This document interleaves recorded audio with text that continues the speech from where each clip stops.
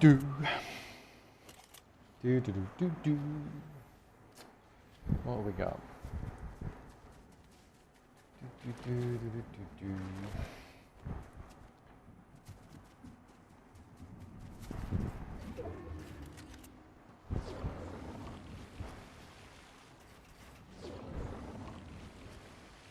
I can't believe you made that. Dodgy aim.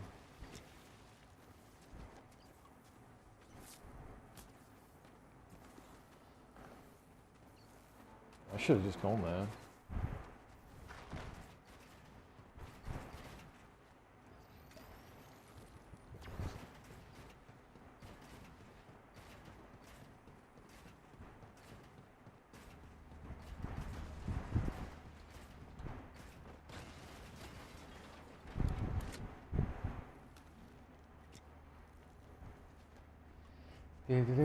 Right, so we're only running through first shader cache, first run.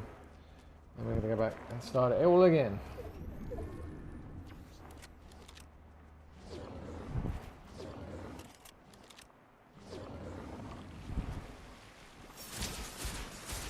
I'll remember as well, I think I'm running async on this. Pretty sure I'm running async on this environment.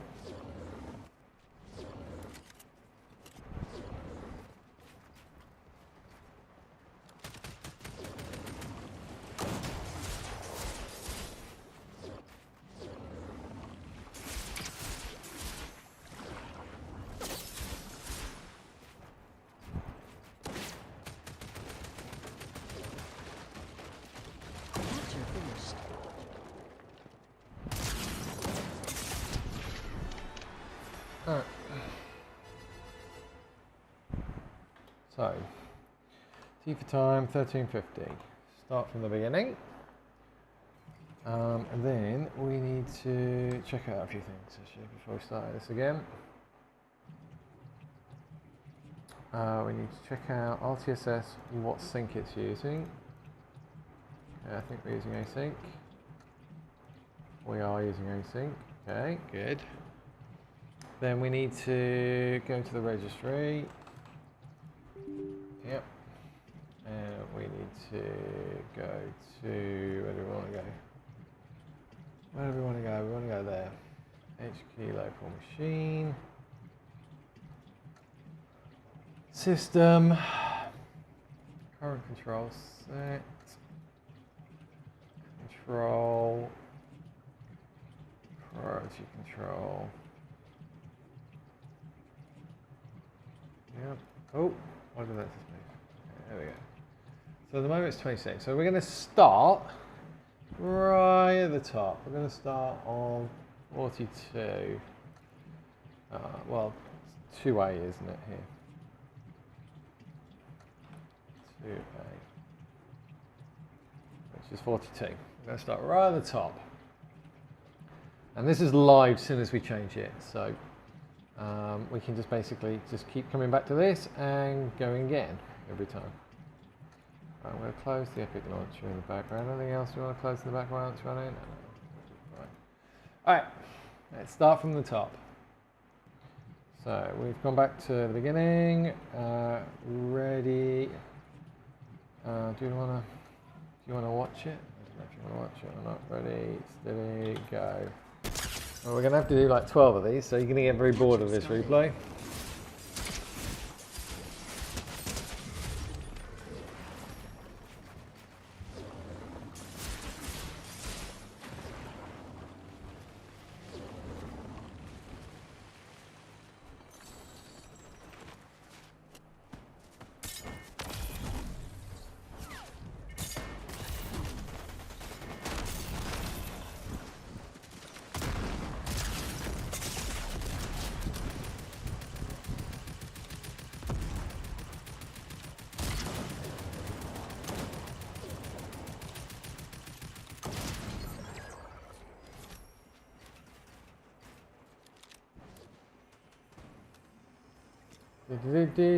This was a game where I accidentally loaded into a build match, and because I was meant to be playing 0 builds, but obviously I reset the Fortnite configuration and it defaults to just build mode. So the beginning of this game was basically me having to hide in the corner and sort out my keybinds to actually add and edit and everything else. Because I don't build. I'm awful at building. I still won this game though.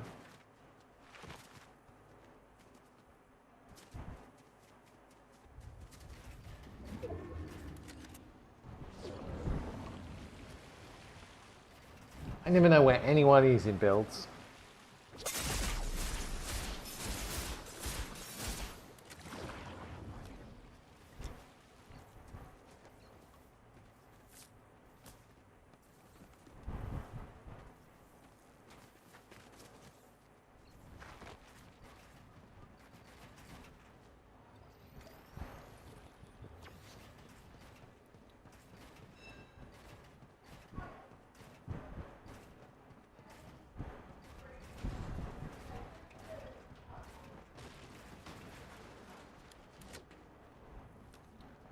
Despite what my health said there, I think I had about 1 health.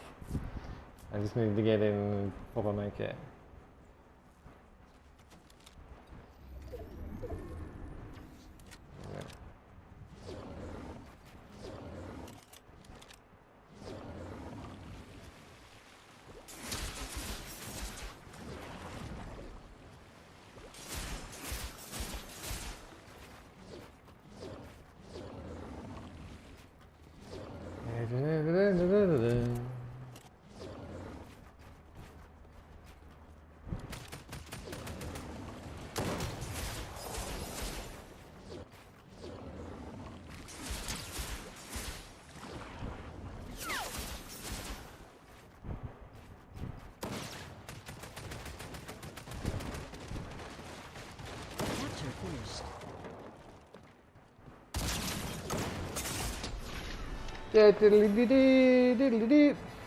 Alrighty, so let's write this one down. So the first one we're doing, what was it, 2A? First one on the list, that's a filling in the, read that one. So this was 2A, right? Yeah, 2A. So win 32. Win 32 process separation 2A. Or should we?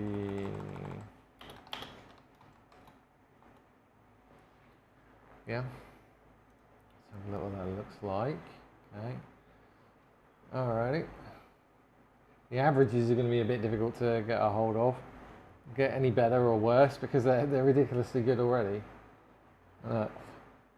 Absolutely no stuttering, so we'll see how it goes. So next value.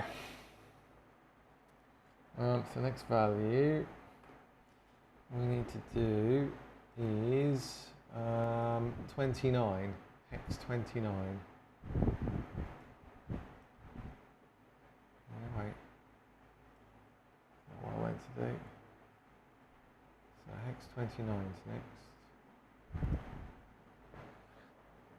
Yeah, alright, so over on this one, I need to go over to the registry editor again, and this time change it to 29. Yep, this is 41, yep, and that should be live instantly.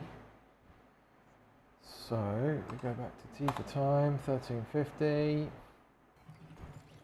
press spacebar, go. Capture started.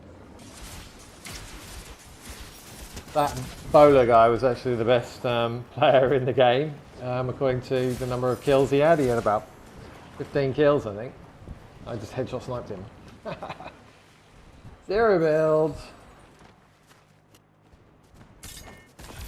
I tried to get these guys kind of off the cliff. It didn't really work though.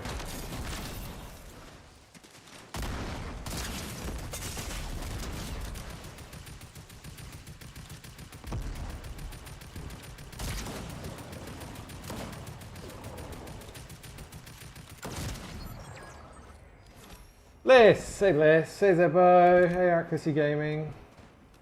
I'm redoing all the Win32 process separation. I don't know why I've missed off the word process of separation out of that. Priority separation, I mean. Let's copy. And then go into that. Just paste. It's a bit clearer what I'm doing. How are you guys doing? How's your Sunday going? I mean, last time I ran this, the results were pretty much the lower the number, the better. So the lowest number was the best last time I ran this. But when I tried this briefly the other day, it was the other way around again. So that was from the old PC. So I'm going to do a bit more in depth on the new PC right now. That's the plan anyway. Quick question, seeing your previous video testing, what did you end up with, 8 or 16 E-cores? For me, 8 E-cores was the best, but I've stuck with 16. I just like all the extra processing capabilities of 16. So basically, I disabled half of the E-cores, and that did give me the best results. But yeah, I just like having all 16, so I went with 16. There wasn't a huge difference between the two. Yeah, you found 18 hex was the best for you with SMT disabled. Okay.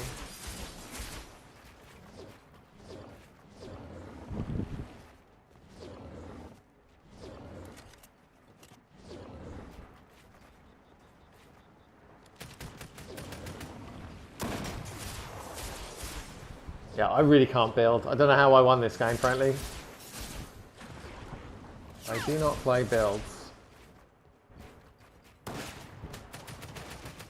think I've played about 6 build games in the last 2 years. I don't know how I won this accidental game. I really don't. Right, let's go back to 1350. Deep time, 1350. Right, so that was, which one was that? That was 29 hex, wasn't it? That was the 29 hex. So let's go fill that in to a hex.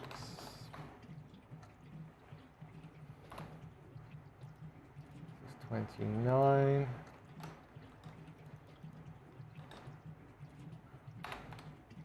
Hex. Let's have a look at these two just to see how they're doing. Keep an eye on it as we go. Oh, look, I've got a bit better lows. Oh, I did get a bit better lows, that one. Oh, keep going, keep going. What's next? What's next? What's next? 28's next. 28 is next. So 28. I mean, the good thing about this test is you don't have to restart anything. This is just basically live as soon as you change it. It's quite useful. Yeah, most instant emote. Yeah, I do instant emote if I win. Okay, so ready, steady, go. Yeah, I mean that. If I hadn't headshot snipe that sweat there, I would have been in trouble. Think we might need more fans. Yeah, we could all use more fans. Got an enormous one under my desk.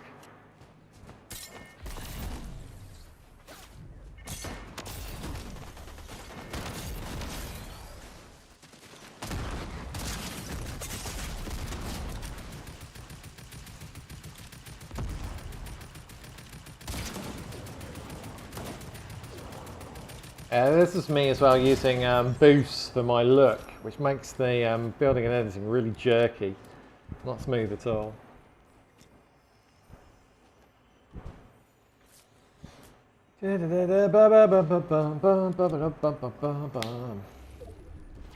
I'll fill in all the chart at the end once we got them all from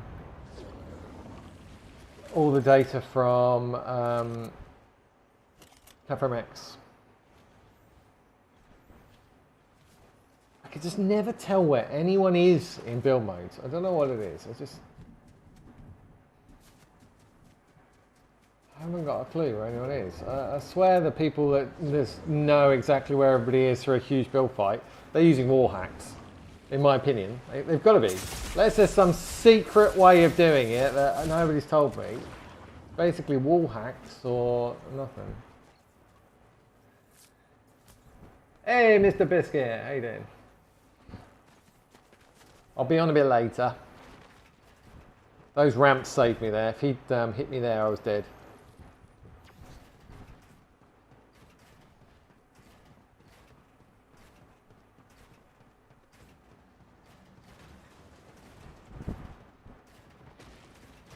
Had all 5 medallions and traded with a gut with a green shot because my mythic was 29.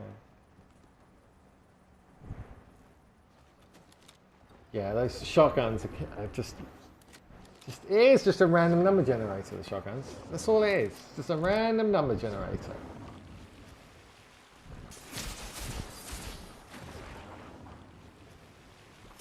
It was so much better when they had a bare minimum number of pellets that hit you. That way it was somewhat predictable and consistent, but they took that out after they got rid of the, is it the Havoc pump? No, what's it? I think it was the Havoc one. The Mythic Havoc, that was a good shotgun. That was the last decent shotgun we had. And the last decent season we had as well. Alright.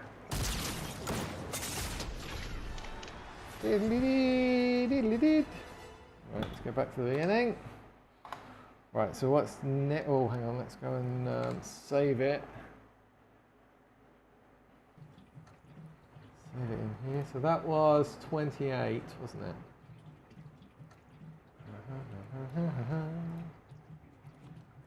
That. That's 28 hex. How's that looking? Nope. 2A's winning on FPS. My concern is, as the more replays I play, the hotter and hotter the CPU gets, and worse the results. So if I started the other way around, yeah. So I might base this on 1 percentiles instead of averages, because the averages are going to be so tight anyway that maybe the 1% or the 0.1 percentiles will be a better separator. Hey, Cry, between them all. Right, what's next? What's next? So that's 28 hex. We're on 26 hex next. 26. This is 38 in decimal. Right, ready, steady, go.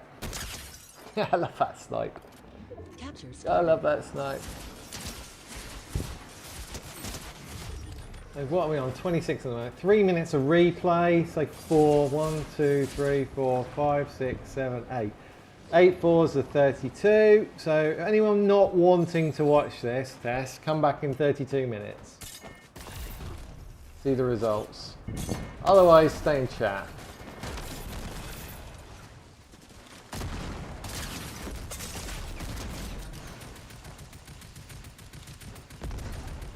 What's boiling in the background? What do you mean what's boiling in the background?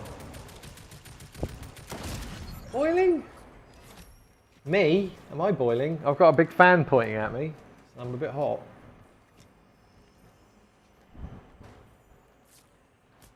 You guys talking about something else? Have I missed a question there?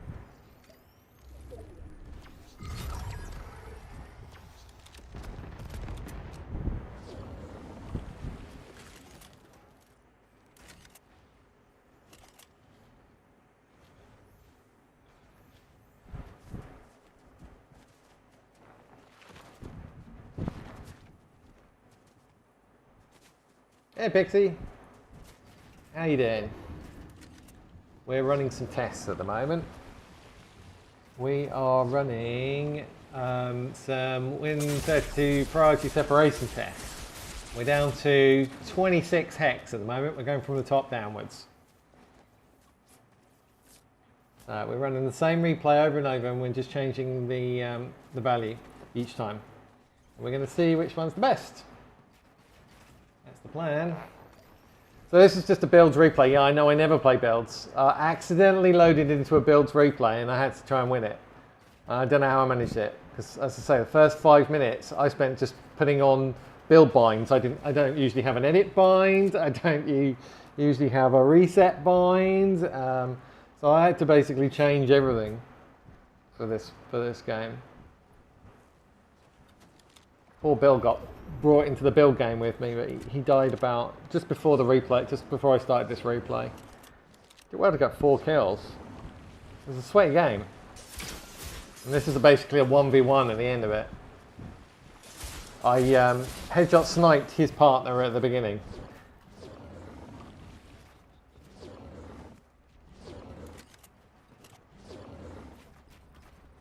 Yeah, so what I did, I was just looking for replays that were the biggest in size, because typically they're the most demanding.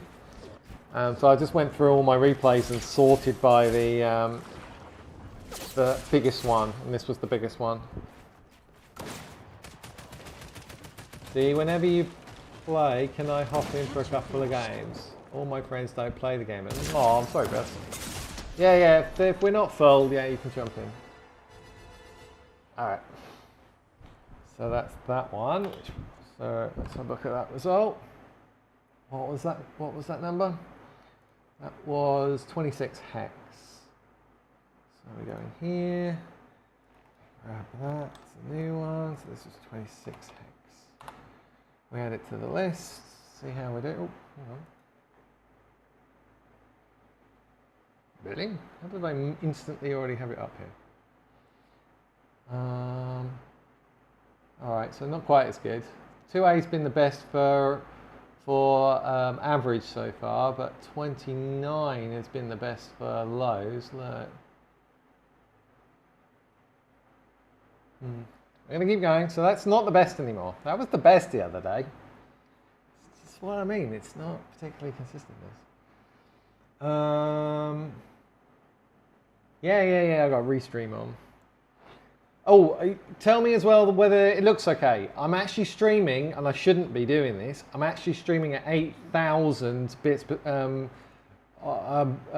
rate, and I shouldn't be doing that because Twitch's limit is 6. So if you've got any problems, let me know, and I'll lower it. But it was getting on my nerves. Me up here, I kept getting pixelated all the time on 6,000. So I've bumped it up to 8,000. So hopefully. It looks a bit better and smooty. What does smooty mean? Well, it should be. I mean, YouTube has like a limit of 40,000 or 50,000 or something ridiculous. So that's fine. But I'm using Restream, and then it basically sends it to both Twitch and YouTube. So I've set it to both at the moment. So hopefully it's all right for you guys. If anyone gets any issues, I'll bump it down to, I'll try 7,000, and then I'll go back to 6,000 if I really have to. But smooth, okay, not smooty. All right, what are we up to? That was 26. The next one on the list is 25. 25 next. All right. Back to the replay. Shows an average of 8,000. Okay. I know if you go over 8,500, it can completely cut you off, but 8,000 is might be able to get away with it. So we'll see. Right, T for time. 1350. That stabilized a little bit. Ready, steady, go. See that was the sweat. There, right there. He was the main sweat, and then there's his partner that I ended up fighting right at the end. So it's good that I managed to do that. Because it's basically me versus the lobby right now, because Bill's just gone down.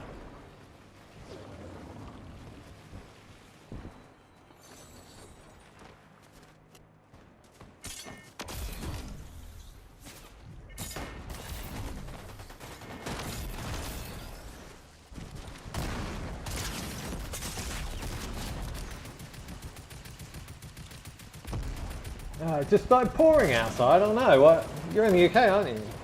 It's nice and sunny here still. A bit of clouds.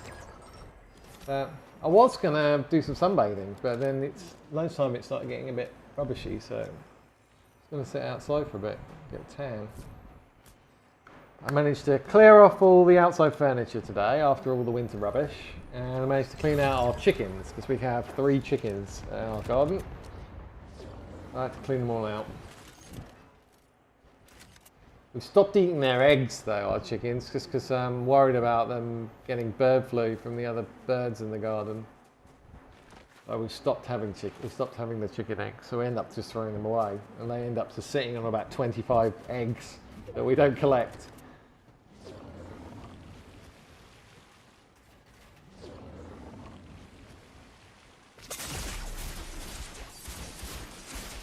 My build lobbies are the most sweaty things you'll ever see. Yeah, not fun. I can't build. I really can't. I think I'd be better if my hands were a bit smaller and I could, because the back paddles on my controller are really quite close to each other, and so I just end up having to just use one finger for both the paddles. On each side, and as a result, I mess up stuff.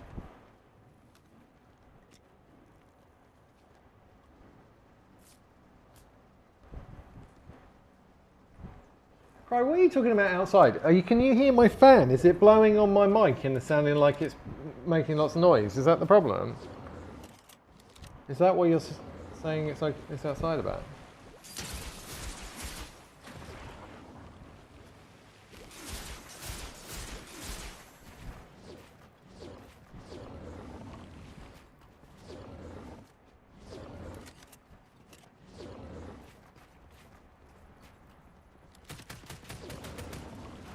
Sounds like boiling. Okay, I think it's probably the floor fan. I mean, I can almost reach it if I right down and touch, and it's a massive floor fan. You saw the picture of it when I posted it on the Discord, under my desk. It's a huge fan. Capture finished.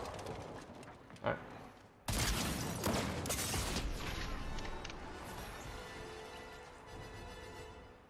Let's go. So that was... Yeah, it's a big fan. It's a big floor fan. That was 25.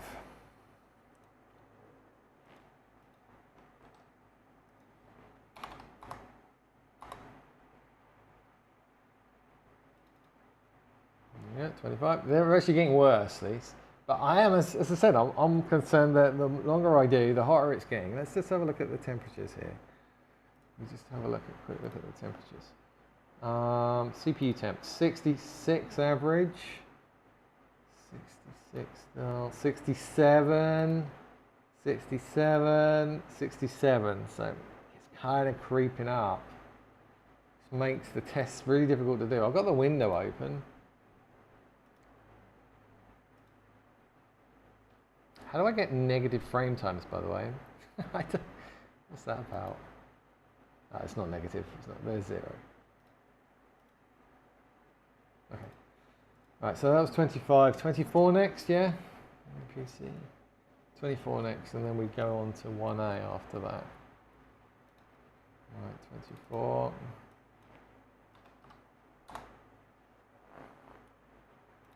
Back to this. T for time.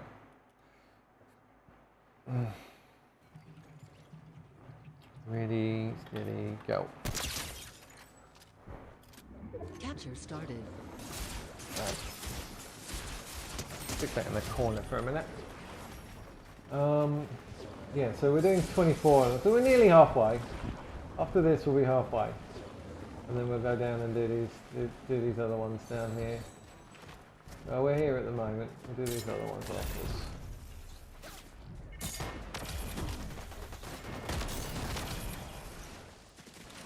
I've got my Fortnite t-shirt on today. By Fortnite t-shirt, I mean the Disney mine. Sorry.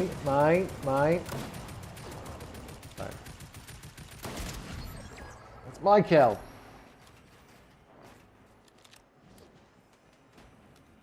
Wonder why I'm bright blue. What else was I looking at? Yeah, so we're basically changing this each time. What are we doing? Oh, I probably should check whether this is an easy anti-cheat day or a battle eye day as well. 'Cause I'm not convinced that they're different for those either.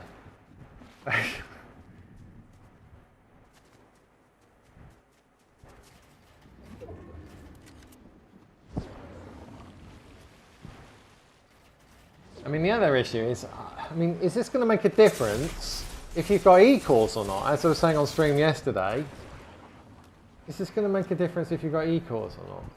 Because if you're prioritizing background services or foreground apps, then surely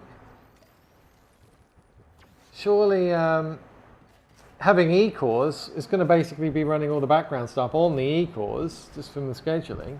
So it's, in theory, it should be better for the game to prioritize it as a foreground app, so a higher number, as opposed to a background app, a lower number. So I don't know, because it seems to be different pattern on my old PC to my new PC. My new PC's obviously got E-cores, and my old PC doesn't have E-cores. Only got P-cores. So is that the difference? Or is it just a case of on any given day it could be different? I don't know.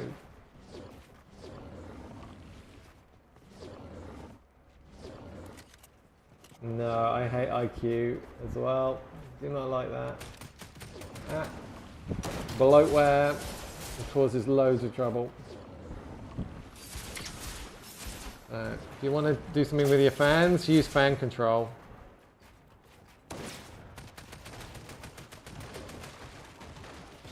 Capture finished.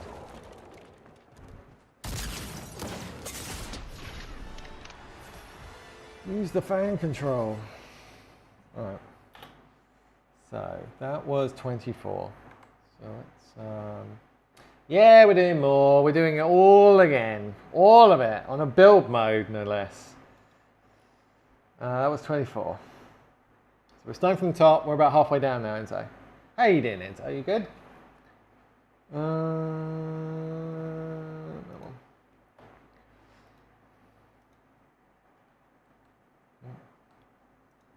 So that was 24. Add it to the list. Yeah, it's getting worse. Every time it's getting worse. It's literally getting worse as we're doing it. Now that might be the case because it is just getting worse, or it could be just the case it's getting worse because the computer's getting hotter the more I do. The window's open, I've got fans around me, so it's about as consistent as I can make it in this room. But it is getting worse the lower we go down. Literally each one has got lower and lower. So as I said, I might base this on the lows, not the averages. Because these averages, look, they're point of a zero of an FPS, whereas the lows are a bit more variable. So we might do it on the lows. Yep, doing good. Okay, good to hear. Good to hear. All right, so I know you can't see that. That's all right. Let me zoom back in again. So as I say, this is the first test. This is the second test, third test, fourth test, fifth test, sixth test, and it's basically the averages, which I'm sorting about currently, are getting worse each time, and the temperature is kind of creeping up like a tiny thing. So I might sort by these instead, or sort by these instead, because I mean it could just be the temperature from doing that. I mean, so I may sort this by 0.1 percentile or something, or maybe even standard deviation. So we'll have a look at the end. Let's get through all of these first. We need to do the next one. It's 1A, the next one, isn't it? Yeah, it's 1A is the next one. 24 and then 1A. 1, 8. So that's 26 now. Right, we go straight back into here. Yeah, all my lows are amazing on this PC, so it's difficult to tell. If I did, this is with async, by the way. If I was to use that scanline sync, you wouldn't have any lows. They'd all be the same. So I didn't want to use that because I wanted to get a little bit of separation between these. Yeah, all the lows would just be gone if I was using that scanline sync option in RTSS. So yeah, so let's go back to here, confirm. All right, ready, steady, go. He's a pro apparently, Bowler85.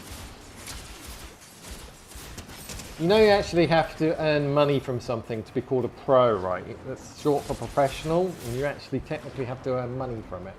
You have to earn a living from it. So do you think he's really a pro from doing Fortnite? Do you think so?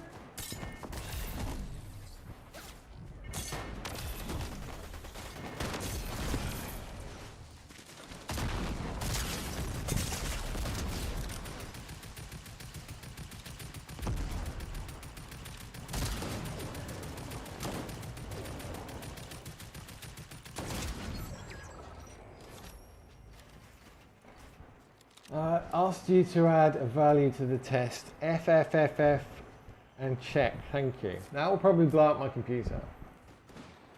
I'm not doing that. Why do you want me to do that? What does that even do? I'm not blowing up my new computer. Not happening.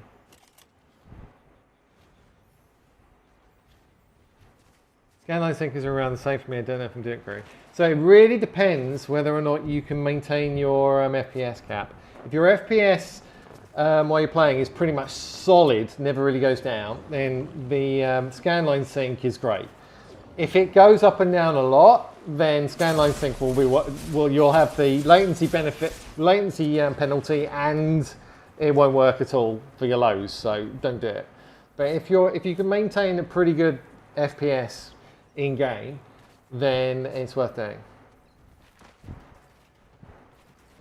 Well, as long as you don't mind an extra millisecond of latency.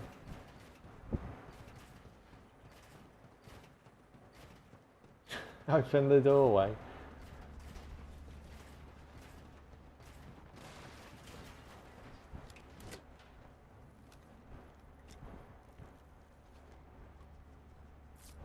Also a working value that has a place to be.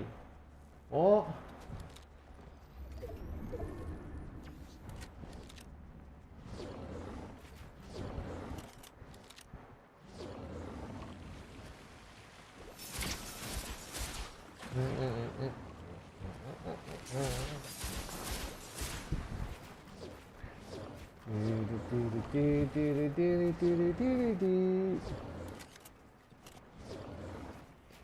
Yeah, show me your benchmark results, and then I'll consider it.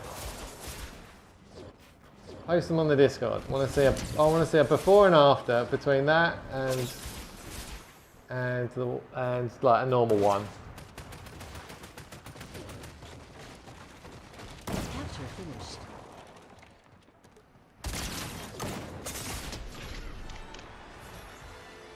Deleted.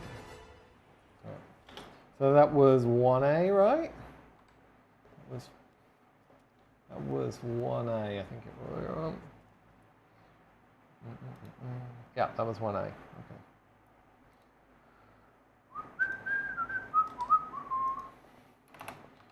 1A. Yeah, it's just getting worse, progressively worse.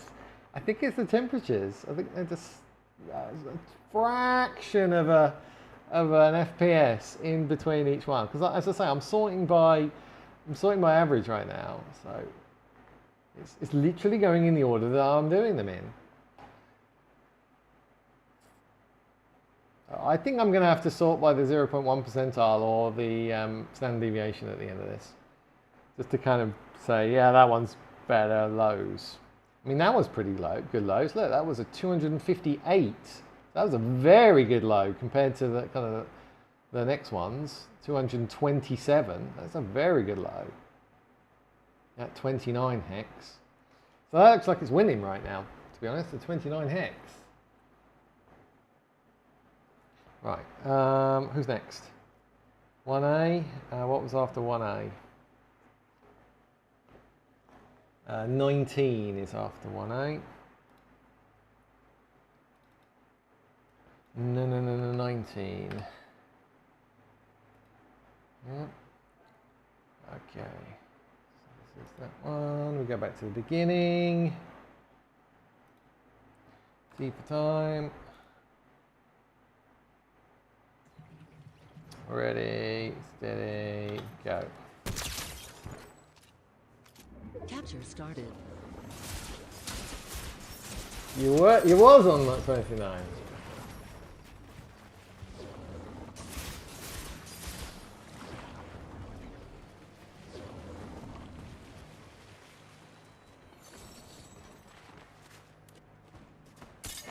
I'd like to play more build games, but the only people I know that build are in the States, and then that way I'm on 80 odd ping trying to fight literal FNCS players. And it doesn't really work very well, so it's not much fun. But if I need to like find more EU players that will do building. I'll get Bliss in. Yeah, I'll get Bliss in. Bliss, you can carry me for some builds, mate.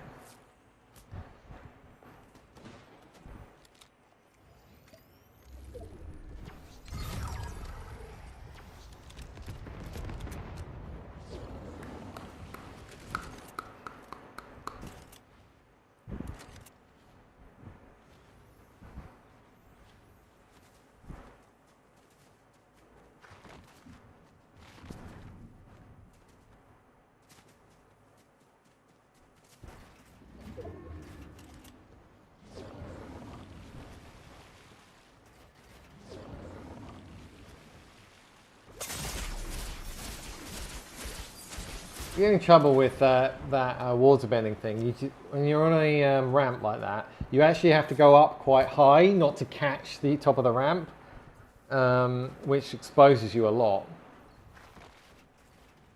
I don't know what the best kind of option is for using that water bending scroll with builds. Just a window? I don't know. Right hand peak, triangle? I don't know. How can it be very similar to 29? Why? That's just that is not similar in any way to 29.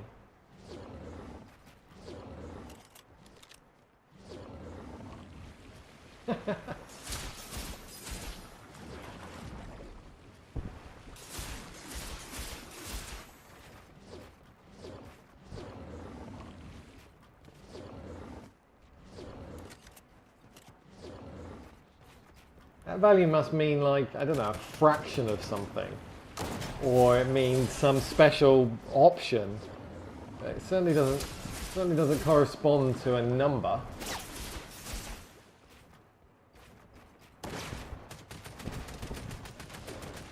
I mean, it's effectively almost infinity. Well, not infinity, but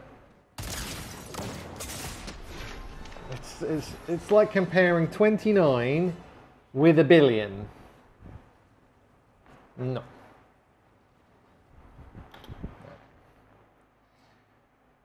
La, la, la, la, na, na, na. So that was what? That was 19? It was 19, that one.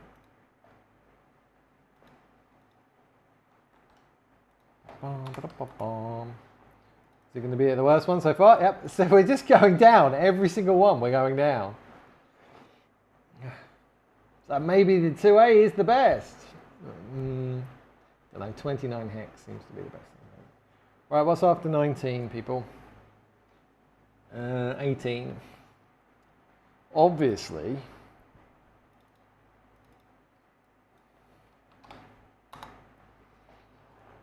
18.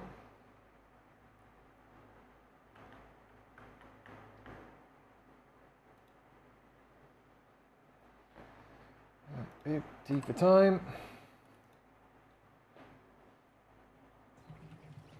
Ready, steady, go. Capture started. Would you recommend upgrading to a 240 or 360 when I have a 144? Well, I mean, depends how many FPS your computer can get, really. You want to be running as whatever hertz. So for my old PC, even when I was running the 360 hertz monitor, I was actually limiting to 240, and I was changing the monitor to 240 as well, even though I can go to 360 on the monitor. So that the monitor matched the refresh rate. If you're stable 360, you're definitely doing something wrong with the scan line sync then. But yeah, if you can get a stable 360, then 360 hertz, definitely.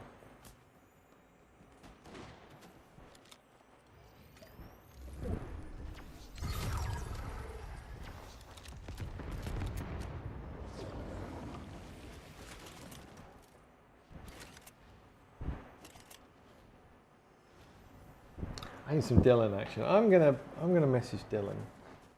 I want to play some builds later.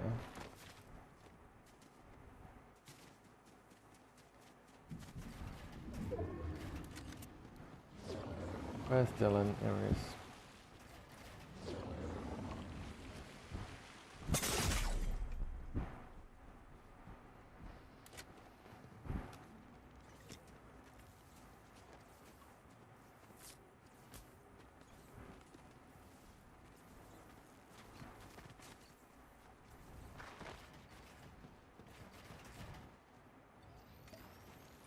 Okay, send him a message.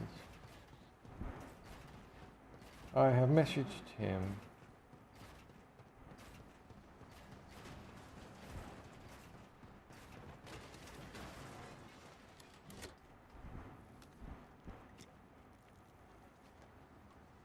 Yeah, lag normally happens, Batch, when you what is that?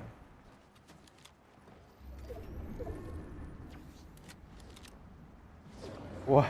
Why have you posted cry? What happens 10 minutes later after you connect Windows XP to the internet?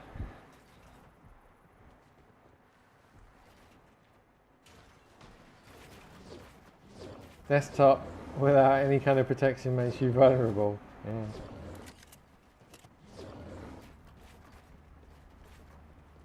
Vulnerables everywhere. Indeedy doody.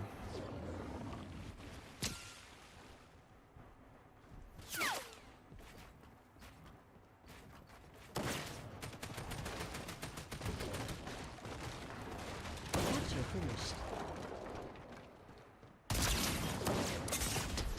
Right, 18.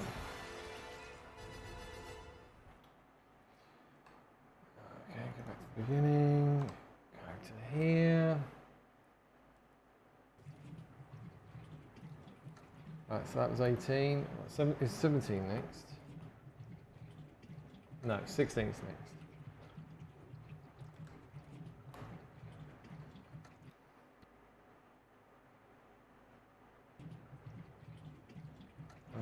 Also want to put 18 in here. Before we go anywhere, make sure that was alright. Add it to the list. No, it's still going down, look. Still going down. That's so weird. This is literally in the order. But it kind of goes with my theory that if you've got E-cores, then a higher number's better. And if you don't have E-cores, a lower number's better. It kind of fits with my working theory at the moment. But I almost should have started at the bottom. What I might do actually, when we get to the end of this, I might do the top one again and see if it's then at the bottom. I think I'm going to do that when we get to the bottom.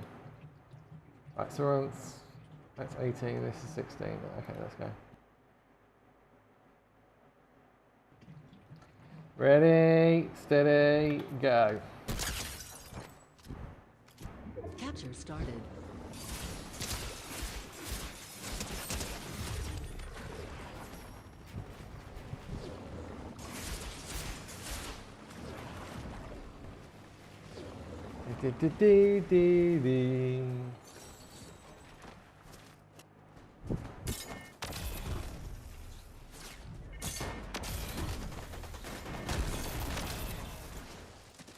So, if you can waitlist for your monitor, there's new technology coming out at the end of the year, which is basically meant to make motion clarity ×4 of what your FPS is. So, basically, it's a new NVIDIA technology that's coming out. And so if you're running 240 FPS on a 240 hertz screen, it's meant to be the same motion clarity as running over 1000 FPS just by this monitor technology. So you can still run the 240, but it looks like it's over 1000. So I'm waiting for that. So I was originally, when I got my new computer, going to go with a 500 hertz monitor because I can probably run 500 FPS pretty consistently. But now my plan is to wait for these new monitors, get a 240 or 360 hertz one, and then use this new technology, this new NVIDIA technology, to increase the motion clarity. And so you're effectively then just over 1000 FPS, even though that you're only having, the computer's only having to run like 240 or 360. So I'm waiting to the end of the year for that.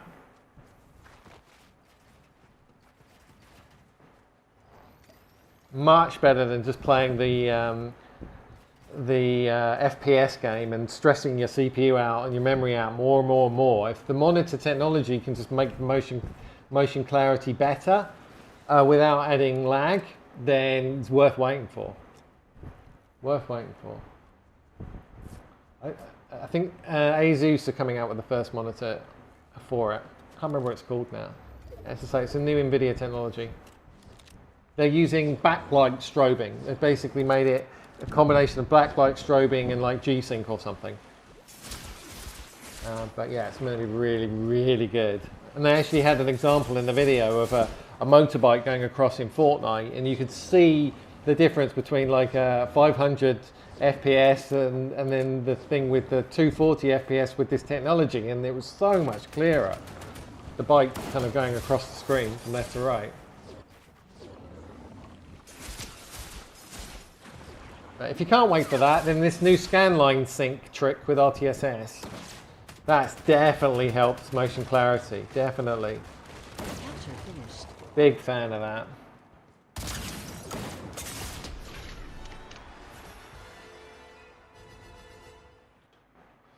Right, so what was that one?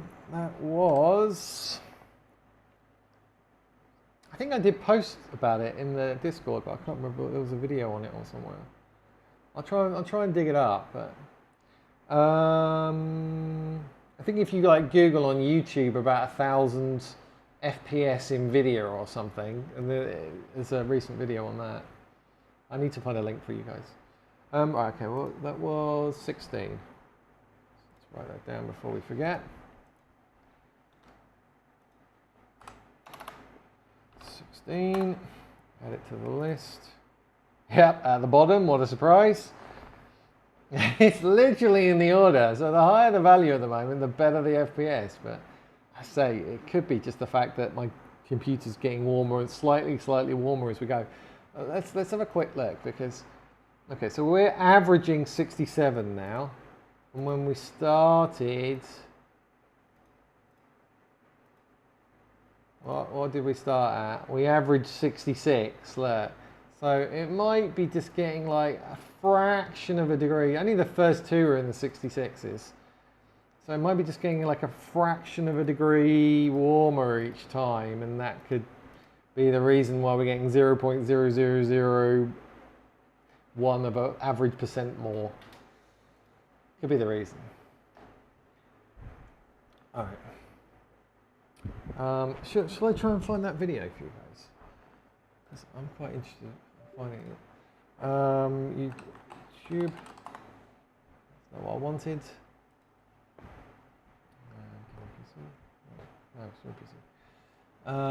It was like NVIDIA 1000 FPS motion clarity monitor, something like that.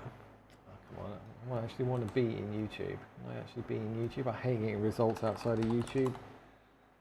Let me just go to YouTube, please, and do the search. Thank you. Is that it? I don't think it was. It was a technology above ULMB2. There's a new one that's coming out.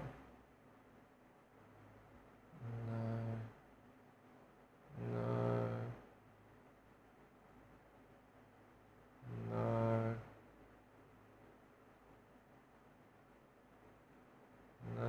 Where was it? Where was it? Where was it?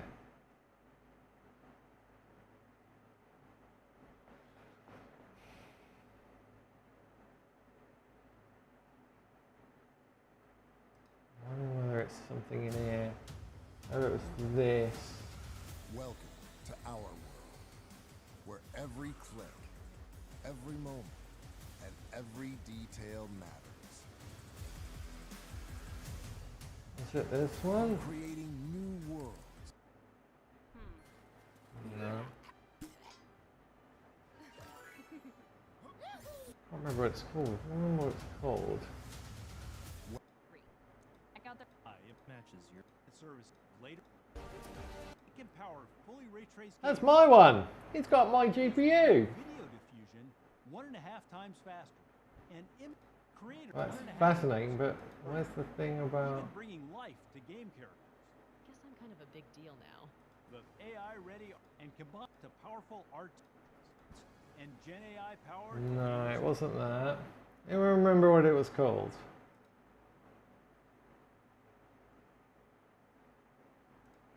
Okay, we need to go back to testing. I don't really want to. Take too long in between tests because it's just going to get warmer and warmer and warmer. It's going to split the difference. So that was 16. We want to go to 15 next. We're nearly at the end. We're nearly at the end. 15 and 14 to do. And then we'll do the top one again just to see whether it's 10 at the bottom. I think that's fair. I think that's a fair assessment. All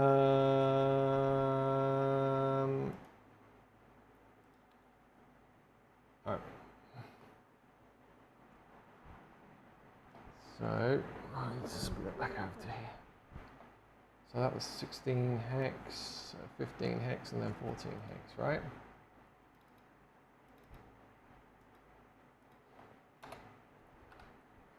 Hex. That was right? Yeah, we're doing this on next 15 hex. Nearly there, nearly there.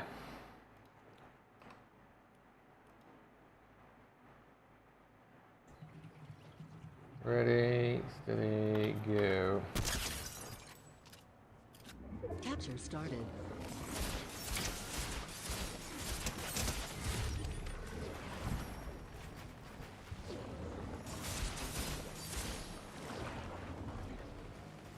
Can I do like this?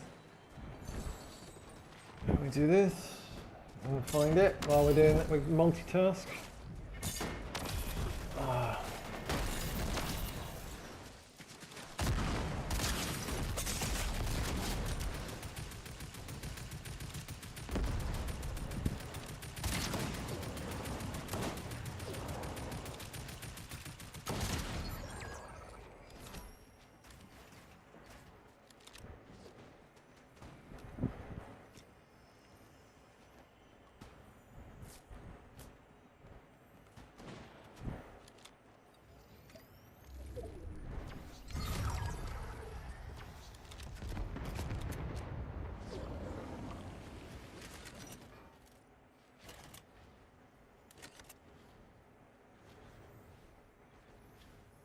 There we go, this is it. Pulsar technology, that was it. I zoom in a bit. You guys can see this.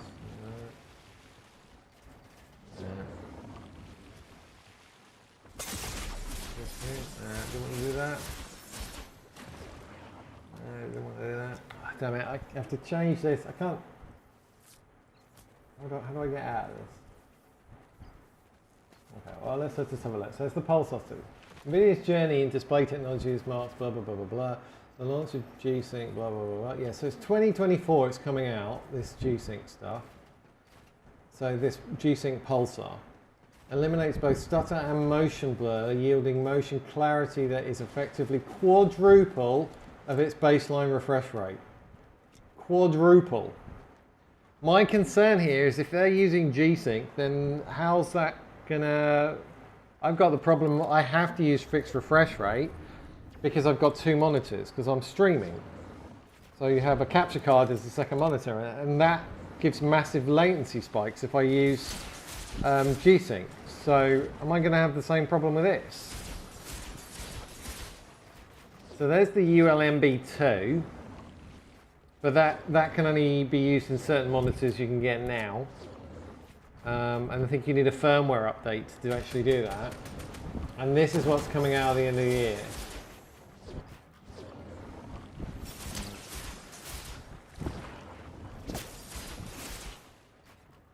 Hey Pixie. I was wondering when I was watching the stream last night, who was the guy you were playing with at the end of your stream who dropped like 20 kills a game? That was Bliss above. That was Bliss. He was stealing all my kills. That's what was happening there. That's normally me. Anyway, I think my record this season, I think I've got 29. I was 1 away from 30. Really annoying. I think Bill stole my last kill.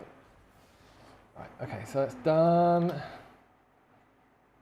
T for time, go back to that.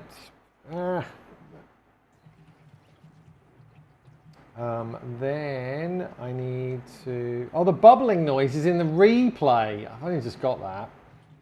I only just got up. That's the gas can, by the sounds of it. That's the bubbling noise. I'm not with it today yet, am I?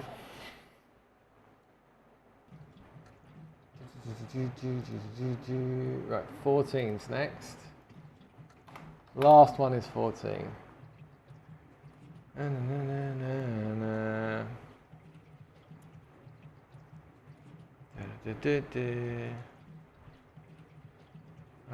we want? We'll put this 15. We are nearly there. Oh, it's a real pain having to do all of this, isn't it? Let's add that one to the list. Oh look, what a surprise, it's at the bottom. Kills a breeze. Lost 0.2 of an FPS since from there to there, though. That's quite interesting. Well, maybe it is just you want the highest ones you can go. 29. I think I used to... Was I used to be on 29? I can't remember. Or was I used to be on 28? Whatever 40 is. What's 40? I used to be on 28 ages ago, this one. That's what I used to set. Okay, right, last go.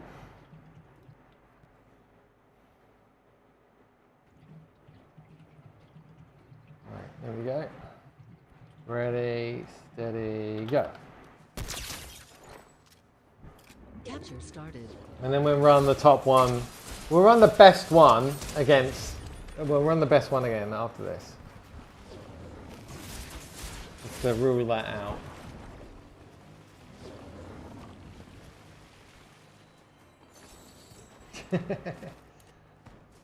They were pretty easy lobbies yesterday. But, to be honest, squads is pretty much always easy in zero builds. It's the duos and trios that are the sweatiest by miles. So I normally have like a 90% win rate for squads, an 80% win rate for trios, and I normally have about a 50 to 60 win rate for duos. So it gets a lot sweatier, and squads are normally really, really easy. I mean, I played two with Rapper yesterday off stream, and well, they were so easy, those games. So easy, those games. We were just running around the map at the end going, where is everybody? We just couldn't find anyone. Squads, crazy easy. Normally just need help with the duos or the trios. Trios can get really sweaty.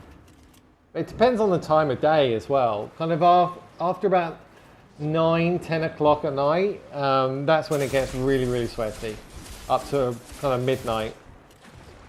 If you're playing in the morning or you're playing lunchtime or mid-afternoon, I mean, you can close your eyes and win those games. So it really does depend. But yeah, they were really easy lobbies yesterday.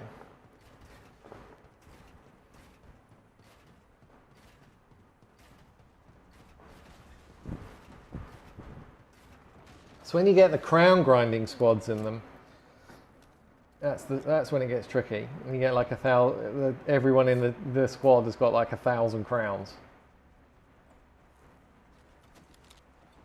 Still usually win those.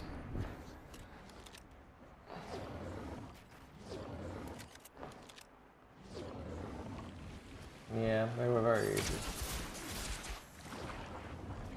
I mean, if I'm solo squadding, I probably should just do solo squadding. But the thing about solo squadding is that if you're going against 4, what you really need is a ton of movement. So you fight one of them or kill one of them, and then you move to somewhere else, and then you knock them in the next one, and rinse and repeat. And if you don't have movement, it's very difficult to solo squad. It's easier to solo duo and solo trio. So it depends on the season, really. At the moment, if you can get a load of shockwaves, you're okay. But now we don't have the airbending movement anymore. It's much harder. Much harder. Right. Is that the last one? Are we done?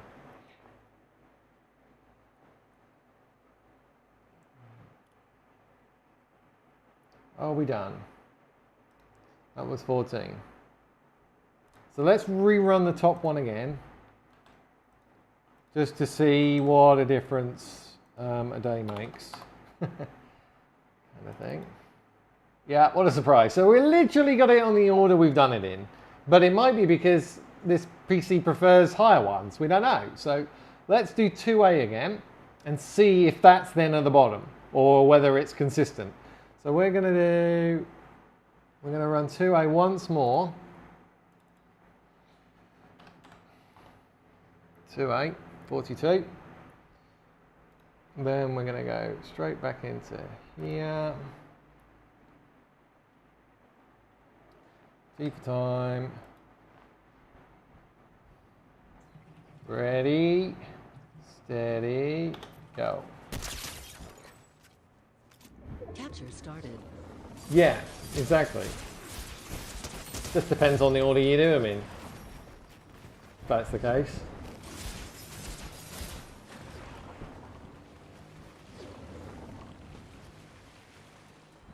I mean, as I say, I can't normalize the temperature any more than I have. I've got the window open. I've got plenty of airflow. We're doing it back to back. We're not rebooting. We're not having to restart the game. Completely back to back. So it's as close as I can get it.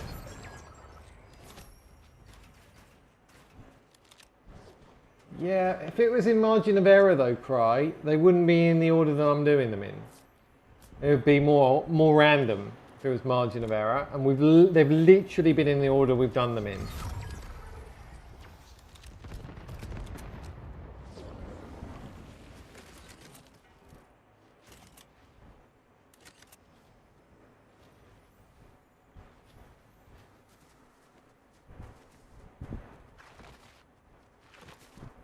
I mean, you can just say that my computer is so strong that the average is only going to be affected by the tiniest of temperature differences. I mean, we're talking a fraction of a 0.1 of a FPS. We're under 0.1 of an FPS for these differences. So, no, I'm not going to test that, sorry. I don't know what it does. I'll have a look in the Discord, but I need to research that before I test it. I'm not going to put an invalid number in there and it screw up my computer. As I say, this is live. You change that value and it's live.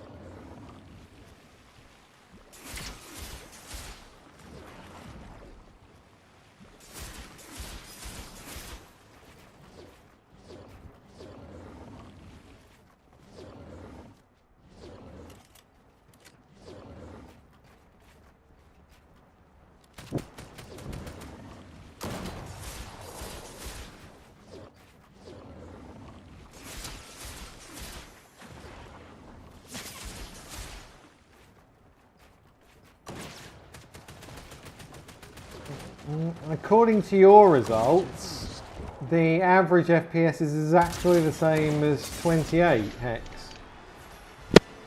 So, yeah, not doing that one. Neddy no. Alright, let's have a look.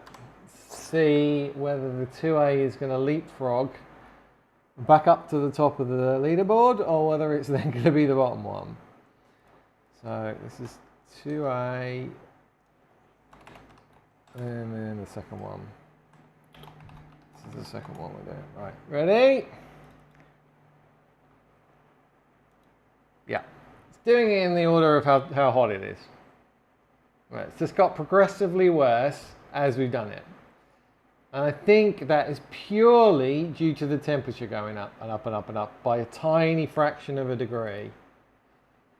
So I'm not sure it's valid as an average FPS indicator. They're all the same for average FPS, clearly.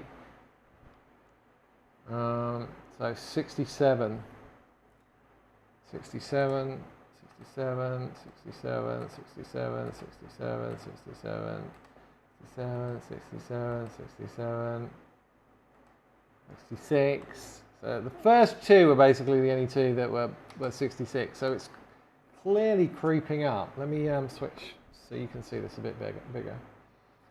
So the very first test we did was this one, and look, the temperature was 66 and min 59, 66, 60, 67, 60, 67, 61, 67, 60, 60, 67, 61, 67.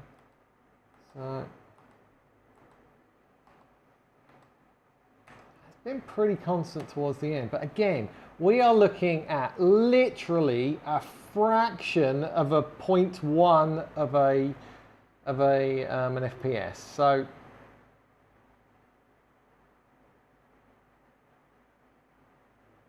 I'm more interested because the trend as well for the 1 percentiles has been pretty much the same as well. Look, that's come down and down and down and down. Well, that was not too bad actually. 24 went up a little bit. So if I sort by the second metrics, then by this score, the 24 and the 1A were the best, pretty much.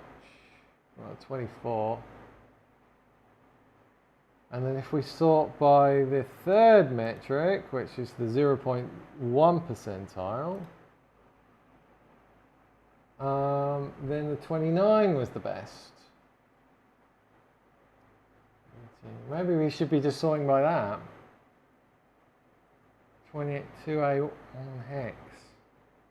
But it's unfair to the things that ran towards the end. This is the trouble. There's so little in this that temperature as we go through the test is making probably the biggest difference.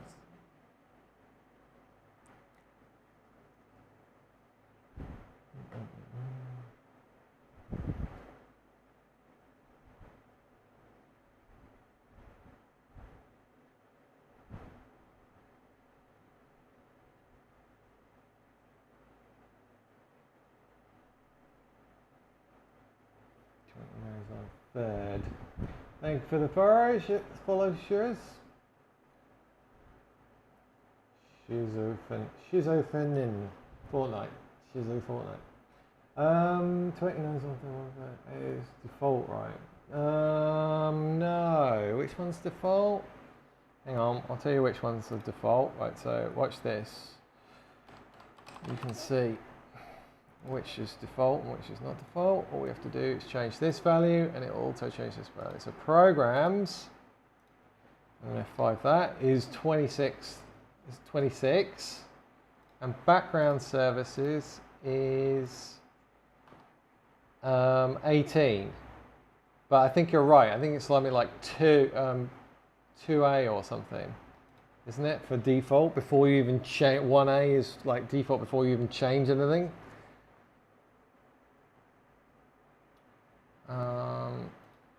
So I don't know what to take from this, to be honest, because I mean that was near the top twice. No, that's 2A there and there, so that's fairly consistent for lows, for lows. So maybe 29 or 18. Maybe 29 or 18. Let's change this to standard deviation, see if that gives us a bit more insight.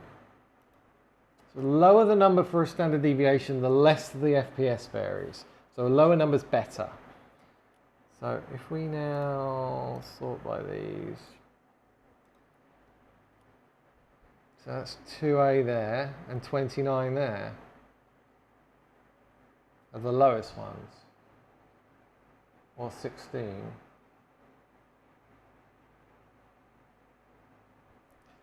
I don't know.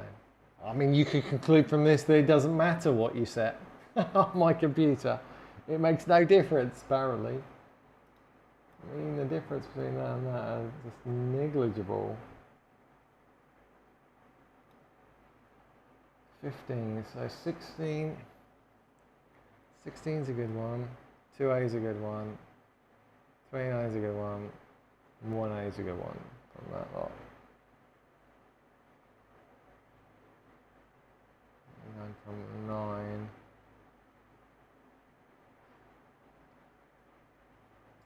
Now 16 did well on this, given it's miles away from these ones, which were early. So this is quite a late test. But it's very, very smooth. Very, very smooth. 15. Look at variances. Try and sort by variances. It's got the best one of these. That's worst. That's best, I guess. Wait, did that change it? Yeah, it did. So from that, 1A is the smoothest, then 24, then 18.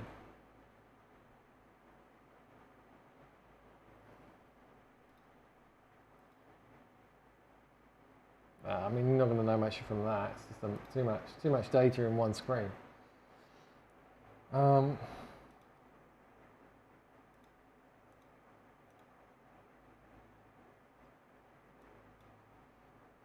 24 on 1A.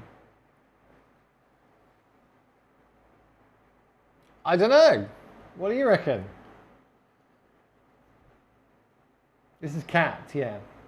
No, I find uncapping gives much more varied results. Something can run in the background while you're going, and it affects the top range FPS much more than if you're capping. Capping basically doesn't care what's running in the background because you can always get the cap. So it's much more realistic running test capping. You got much more variation in the background activity influencing things if you uncap.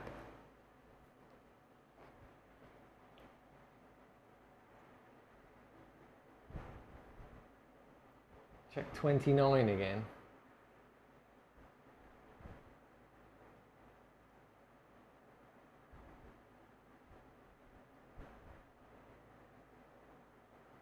Looks like it, yeah, it doesn't matter basically. I think you're right, Bliss. It pretty much doesn't matter. on my computer anyway, on this one, with all these E-cores, it doesn't seem to make it much difference. I mean, we're talking fractions of a FPS here. Fractions. I mean, I'd be more inclined to go with the smoothest ones, which is the standard deviation. I'd be more inclined to kind of say, okay, what's the smoothest? And from that, I guess the smoothest is 29, then 16.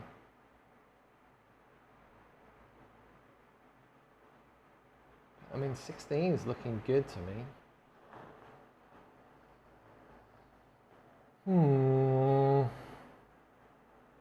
Is there any variations in the predicted input lag? 7.3 expected. So let's go through the list. Just have a quick look. 7.3, 7.3, 7.3. These are all exactly the same, aren't they? Nothing in it whatsoever. Yeah. Oh, 7.4. The low. Oh, okay, that's interesting. 7.4, the very last one, even though we started on that one and it was 7.3. That's interesting.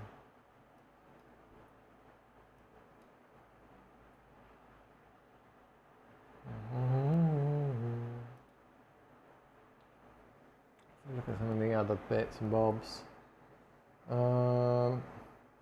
See, what's the clock? So the clock's going down to, it's averaging 5868. What did it start at? 5879, 5881, 5873, 5877, 5874. Start by the highest clock rate, I guess. 6.6, they're kind of just going 6.8. What's got the highest average max clock? That one, 16, 5870. No, 5872, 5874, 5874, 5877, 5881. So that's pretty much why that one got the best lows, I'd say, because that clock speed was, that dipped the least. There's obviously just it's on the edge right now of downclocking between 5.9 gigahertz and 5.8, and it's just kind of right on the edge. And that one downclocked a little bit later. I need this really stopped. We're saying, but I'm not the same. So 29 has the best lows. Recheck 29. Okay, let's do that then. So, what are we going to change the third metric to 0.1 percentile lows, yeah, and then sort by those.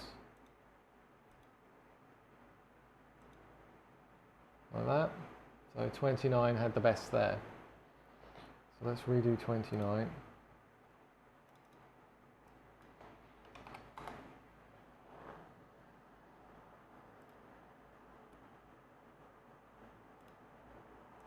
Close that please, thank you. Right, 129, let's have a look. T for time, lock that in.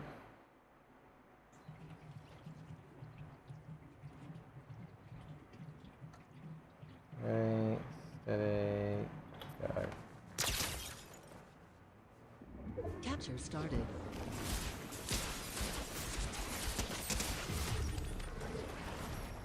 I have this thing, I'm curious.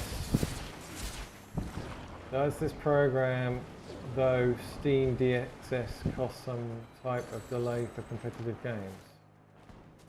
I don't use Steam, so I wouldn't have no idea.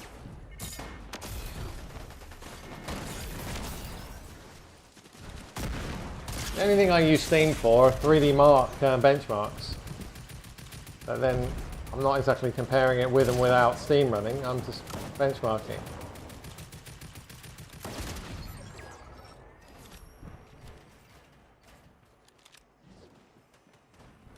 Is that the interface where you can basically put your controller through it?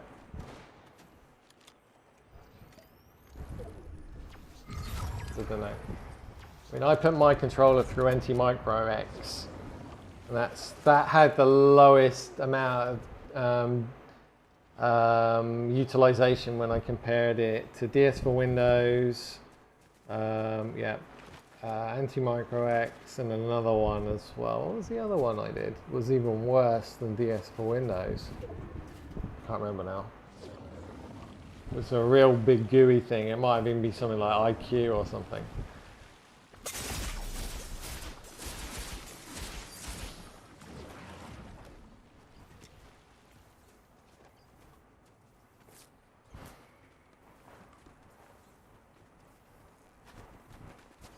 I should do all my testing in the winter really, where I can get just really cold air coming through the window the whole time. It's quite warm today. It's about 24 outside.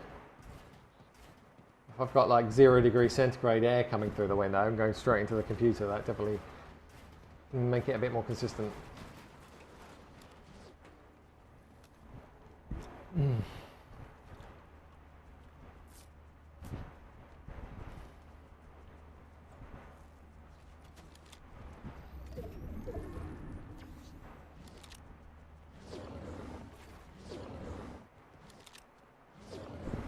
It's annoying I can't get the frequency of my CPUs to all be 5.9 constantly.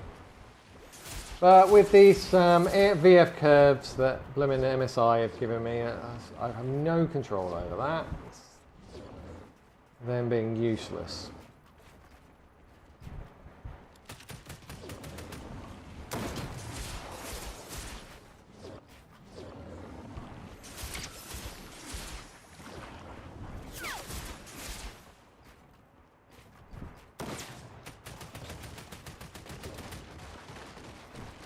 Capture finished. Alright, let's have a look.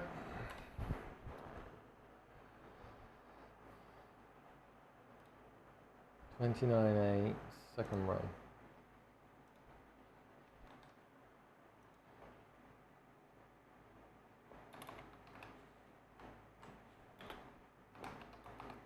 Second run. So it's way down here now, that 230s, 235s. Nowhere near the 258 that I got before.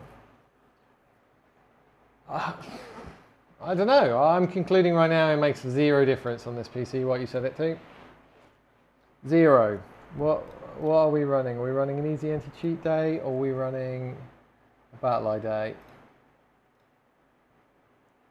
It's a battle eye day. It is a battle eye day. You can see my P cores. So you've got 2 being utilized more than the others, which is quite typical. And some background apps. I have noticed when I've run these replays on really tough replays, that when all of these go to 100, it then starts overflowing into the E-cores. These will be like almost halfway when it's absolutely maxed out on a scrim in game. So this is another reason why I like the E-cores, because it gives you kind of a bit more processing power if you need it. So it will principally schedule it onto all the E-cores, but if it needs to, if it runs out here, it will then spill over onto these. But then if you've manually set the CPU sets to only ever use 1 to 8 of the P cores, then it won't do that, and then you'll just get a ton of stuttering, because these will all be on 100% and it won't be able to overflow. So that's one of the things I found out about CPU sets. They work great until they don't. So at the moment, by not allocating any kind of CPU sets to the Fortnite EXE, it still allows it to go over into the E-cores if it absolutely needs to. So you don't have that otherwise. So yeah, that's pretty much why I've abandoned doing anything on CPU sets, to be honest with you. I notice I've set this, obviously set this to CapFrame X to only run on the E-cores. Look, so that isn't interfering. Yeah, and that seems to always have its own set rule. I've tried deleting this a million times, but it keeps coming back. So it's obviously built into Processor 2 to always run the service host for this on all the cores. There's obviously something overriding it. Yeah, so what do we take from this? What do we take from this? I just don't know.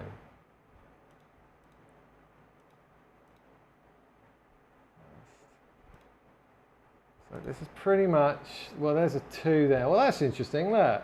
So remember we ran the last one and it was basically going in the order that we did it in. Look, the second one here has actually jumped up the list. That's interesting. So 20, from in that respect, 29 is better than 2A.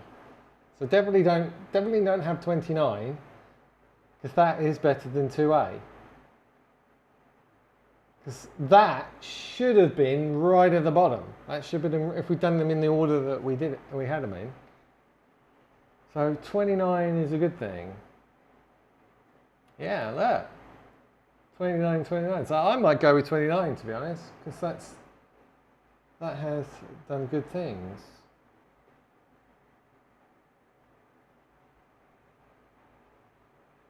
What was default Windows? It was 26, wasn't it, for programs?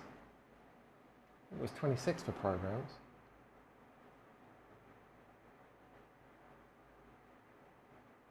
Don't want to go that one. That wasn't very good lows. I mean, that did have very, very good lows. 240. That smashes everything. Mind you, 18. 18 had very good lows as well. Look. Look at that.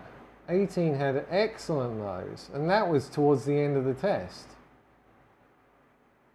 In the 250s for towards the end of the test.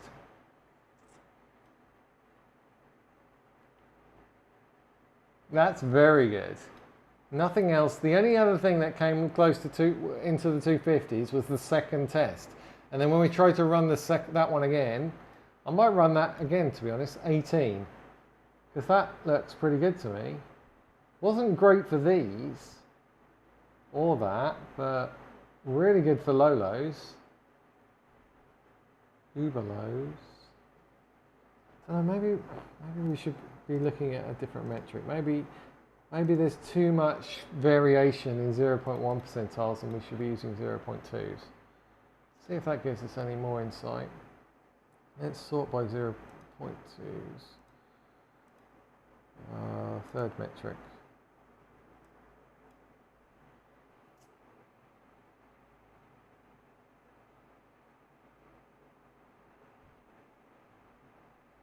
Yeah, 18's doing well again. The 29 didn't do so good that second time, did it? I'm impressed with that 18, to be honest. It's one of the latter tests, and it got really good lows. Should we run that one again? Run 18 again.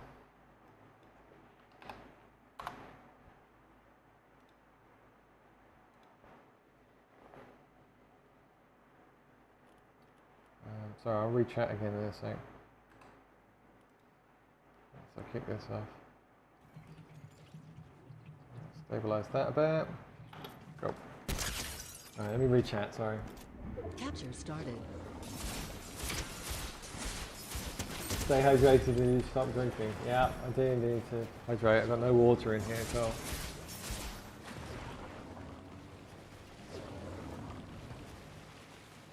Yeah, it makes it very difficult to compare when they switch EAC to BE all the time.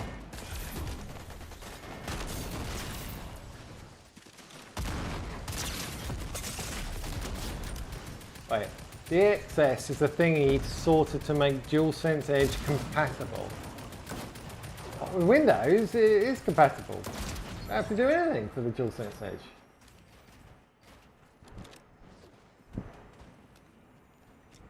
All you have to do is install firmware. That's it. And then you get the latest firmware gives you under 1 millisecond. You don't even have to overclock it, the DualSense Edge. Just the latest firmware, you're done. No DSX or anything else required.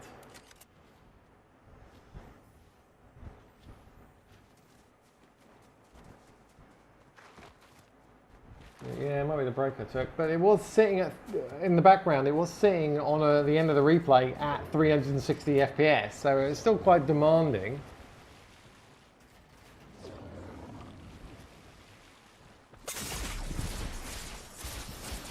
You did say 18 was correct, so recheck. We'll find out. We'll find out in a minute.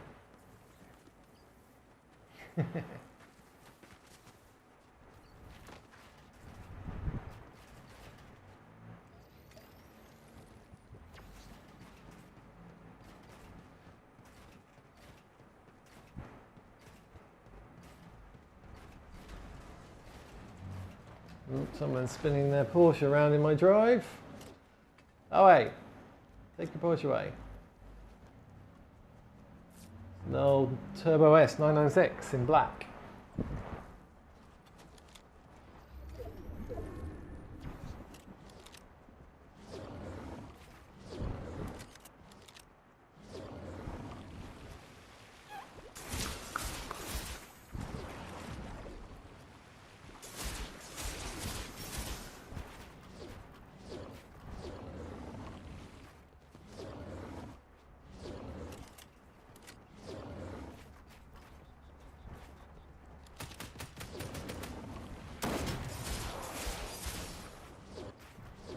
I switch back to weapons far too much when I play builds. I should just build, and then when I'm ready to shoot, switch to weapons. I typically just do a bit of building, and then go straight back to weapons, and then do a bit of building, even when I'm not ready to shoot. I should fix that. I should fix that. Alright, let's have a look. Let's have a look, let's have a look, let's have a look. 18.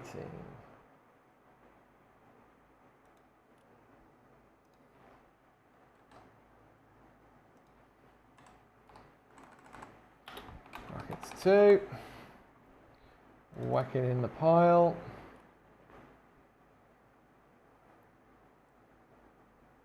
Right, did that actually add it? I don't think it added it. There we go.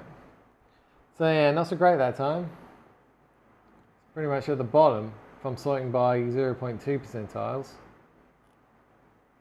Let me see if I can sort by the second one. Still not good. Sort by the third one, the first one, sorry.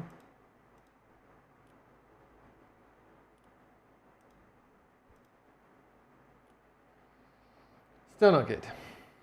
So the best second run we've had of anything really has been this 29 hex. All the other second runs, there's one there and there's one right at the bottom. That was the worst one we've done, that 18. Completely the worst one we've done. Let's have a look at the 0.1 percentiles again.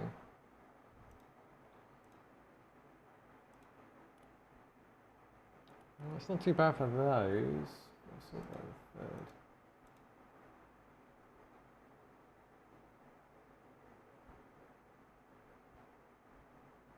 Yeah, the second run it did here was worse than the 29 second run.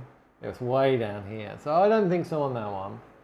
I am leaning towards 29 because we've got a 29 there and we've got a 29 there. The two 18s, the second 18 was way down here. And the second, did we do two 2As? We did two 2As. I mean, we're splitting hairs here. We really are. It's just so, it's so close. It could go anyway. At the moment, I'm just going to say it doesn't make a difference. It's not a difference that you would be able to feel in a game anyway.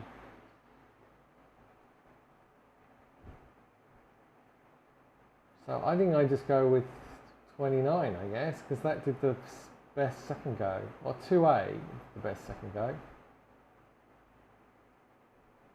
Yeah, look at that. If I sort by that now, 2A, look, 2A, the second round, actually did the second best. It did really good lows. It's the third best lows. So that's interesting. So 29 here is there and there, right? There and there. 2A is there and there, so that's pretty good on top of the charts. 18 is here, and then all the way down the bottom. So that's not so good. So we don't want that one. So of all of those, I would say that those 2As here and here in the third and the fourth spots are the best for low lows, the 0.1 percentiles. So maybe 2A. Do we have a winner? Do we have a consensus? What about difference IDs? No point in testing that. I've tested that before. None. Yeah, you stand and sit there for 3 hours swinging the pickaxe. There's no difference at all between these that isn't encompassed within the standard margin of error. There's no way you're going to be able to differentiate that. I mean, you can see how different the FPS is, and imagine trying to get that amount of granularity for latency swinging the pickaxe 50 times. It's just not. There is no difference. I mean, this is going to be as accurate as you're going to get of a reading of these things. As I say, latency, they're all the same. I've tested them before. Even when I got a big difference between them, a bigger difference on my old PC, when you actually did the latency test, the end-to-end latency test, they were all within margin of error of each other. There's no difference. Yeah, I think 2A is looking best for lows here. We're sorting by 0.1 percentile lows, third metrics, and look, 2A's come third and fourth. And that's been pretty much, we've run it much later in the tournament. So I think a 2A there. I'm going with the 2A.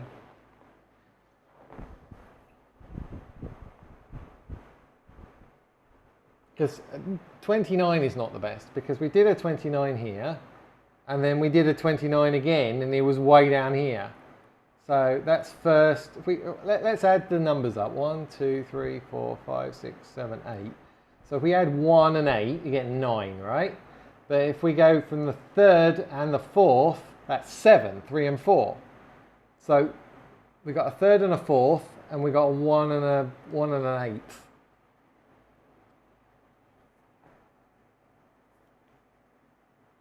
What's the default value? Yeah, it's like a 2 or something weird. But you have to then click it and then go back again, don't you? You have to actually get it to be either programs or... But I think 2A. I think I'm going to run with 2A for a bit. Which is 42. As I say, I used to run 40 quite a lot. I think we're going to go with 2A.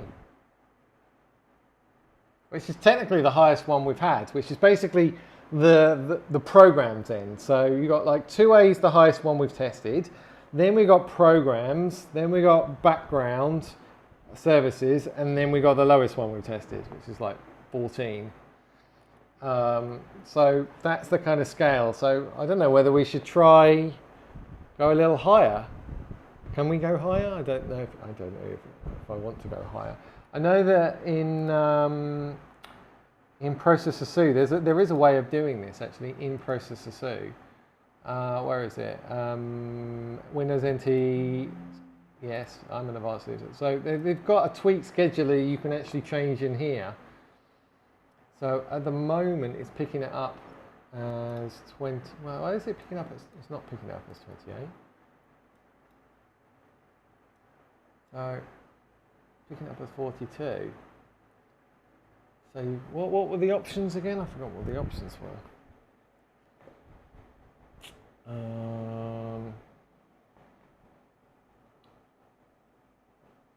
Short, fixed, high ground 4 boost.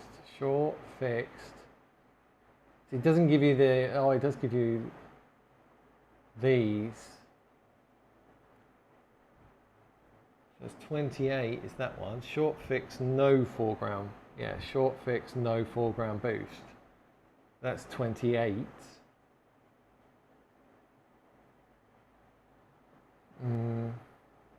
So what's the high foreground ghost? They're all long ones. There's some let the operating system decide. What does it do for that? So that's 2. I think that's the one.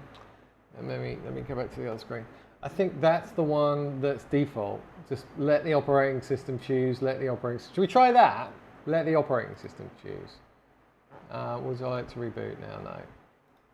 Oh come on! Is it really only going to set it when I do that? I want it. I want it here.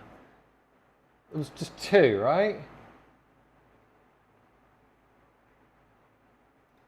Okay, so it did do it. It just didn't refresh. I just forgot to refresh. Okay, so we don't need to reboot when it says to reboot. That's fine.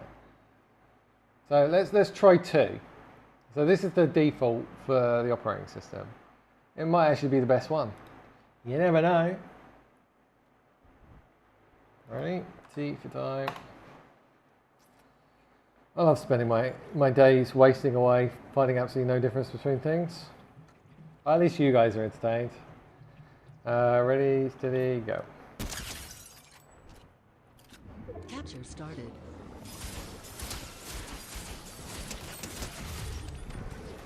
As I say, you can do this through Processor C and choose the different options.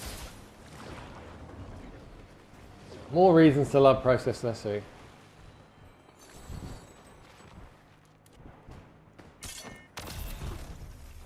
I should have boxed and sniped there.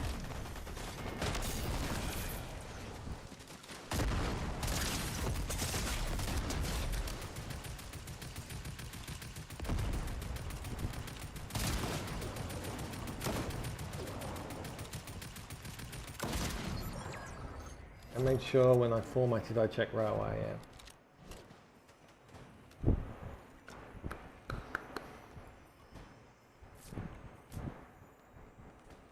I'll laugh if this is the best one.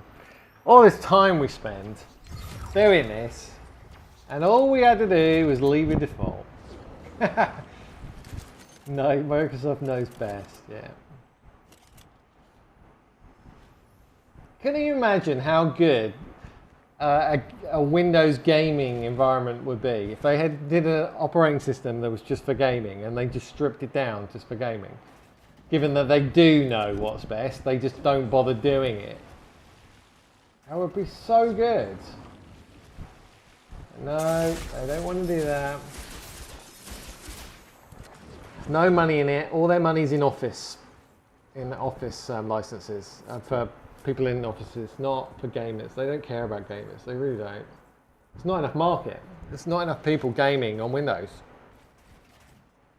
Everyone wants to game, uses a console.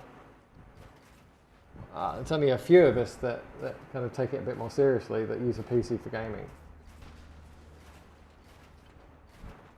So the market's really small. So as a result, we have to work all that stuff out for ourselves.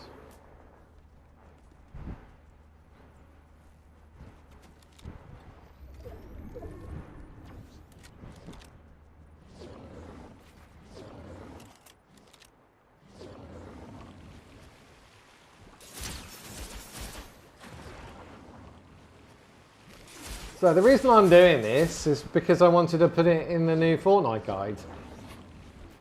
For the latest what's best for the new Fortnite guide and pack. But I don't really know what to put in there now.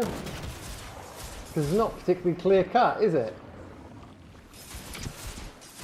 And you've got variances between other people's platforms, their PCs, so what might work for me might be the complete opposite for somebody else on AMD or not. So I don't know. I don't really know what to advise people. Well, we'll find out in a minute if this is leave it at Microsoft defaults, if it's the best one.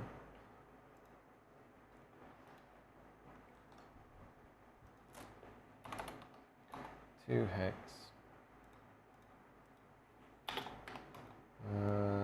Default. Let's have a look. Drum roll, please. Where's it put it? Let's put it way down here. We're sorting by third at the moment. We're sorting by lows. Let's sort by this one first. So where is the default? Oh, third from the bottom. Yay. So apparently Microsoft doesn't know what it's doing. Drum roll. Yeah, so that one's not so good. What else can we do in Processor C? For this? Into scheduler. I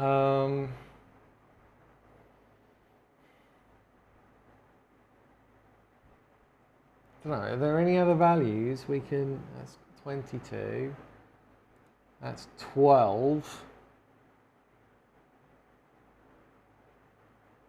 Did we do 12? We didn't do 12, did we?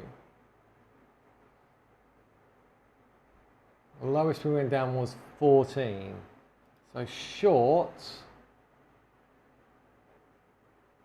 fixed, variable, short variable with 3 to 1 or 3. We did 26 and 25, right? Sure, we did 26 and 25. Yeah, we did 26 and 25 already. We did both of those options. I just want to see if there's any option in here that we didn't do that is a possibility kind of thing. So that's fixed with that. We did 28. We did 18. It's only really to let the operating system choose options that's... Well, why is that put that on 1? That was 2 before, wasn't it? What's going on? I'm not sure this is correct. Now it's 2. What? Yeah, this is bugged. I'm not sure this is a good idea to use this thing. 6. I mean, these are let operating system chooses, and then you got the variable length, so it's basically under 10. Value is under 10 here. So it's choosing the, I mean, look, we've just gone back to 1, even though that one let operating system choose and let operating system choose. But if I switch back from that to that, it's still doing it.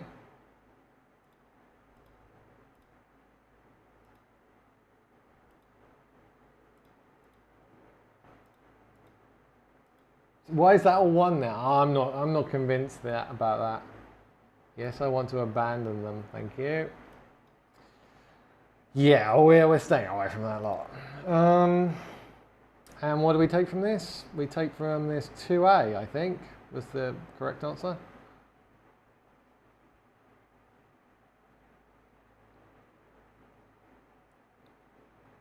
I was way down there, but that was the first and the second one. 29, the second one was the best for these. 29 or 2A. If we sort by average, 29's the best. If we sort by 1 percentiles, oh right, then where's the second run of anything? Oh, crikey, no second run of anything here anywhere. Then I don't know what's best. 24, maybe?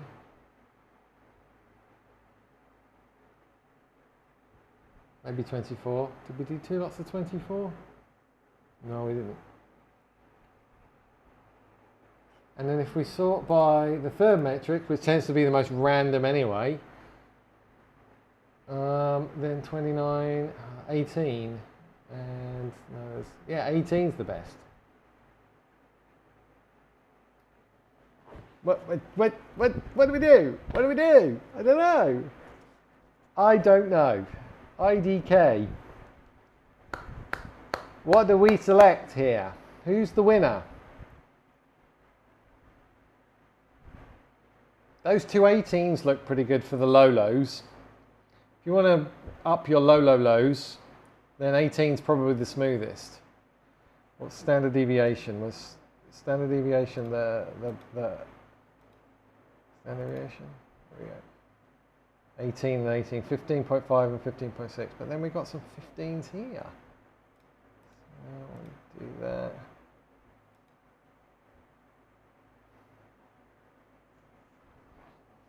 I don't know.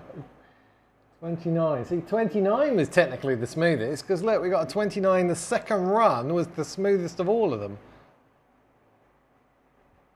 Oh, I'm going to go with the smoothest. I'm going to go with the smoothest. We're going to go with 29. 29 is the winner. We declare it so.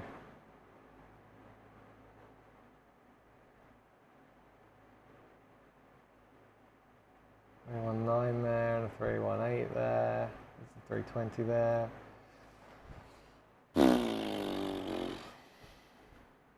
You all with me here, or we want to sleep?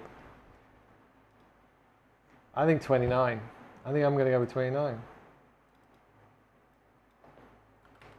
Just because it's the smoothest, it's got least standard deviation. Although 2A's got pretty good as well, but there were two 29s, and where's the other 2A? We did another 2A there. 2A well, down here was a 15.6, so that doesn't count.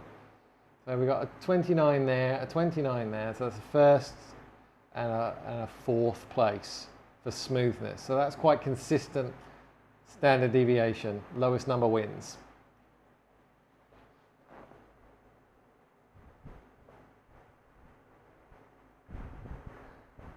Now, well, as I say, we've done two 2As. There, we did another 2A, and it was way down here.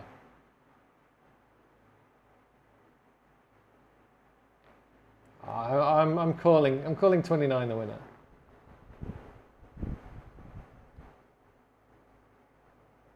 No, 2A isn't the most consistent because there's one here, and the other one is way down here. Way down here. So that's not consistent at all.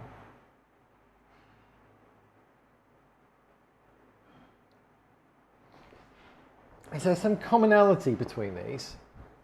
Is there, let me have a look at the list again. Let's go back to the list. Is there some commonality between 29, 16 and 2A? 29 is medium foreground boost short fixed. 16 is long variable high ground boost, which literally has nothing in common with 29. Nothing in common with it.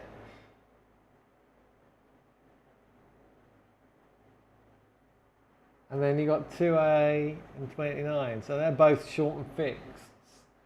So from this, the smoothest ones are the short fixed ones.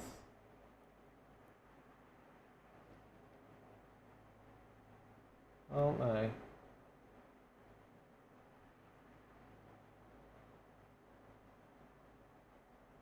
Medium foreground boost. But we want foreground boost, surely.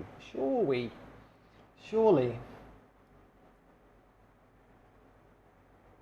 We're playing a game. Surely we want the foreground to be boosted. Sure. No?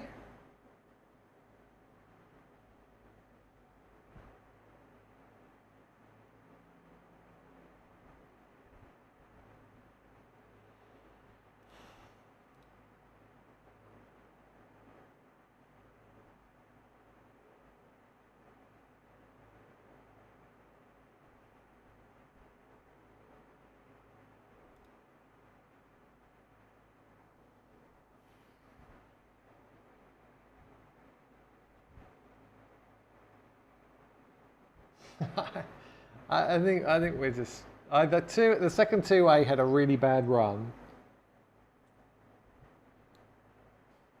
The second run, or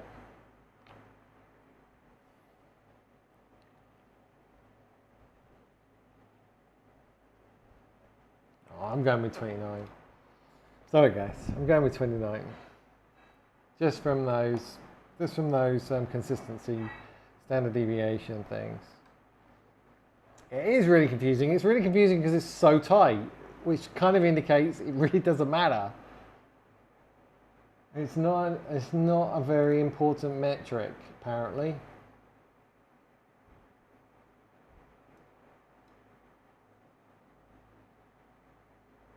Yeah, I'm going to go with 29. Just because it had the least FPS changes between the first run and the second run, they were both in the top category. Okay, you guys agree. Cool, cool, cool. All right, we kind of got a conclusion there. I need some music on. I don't know how have I forgotten to put music on during this whole thing.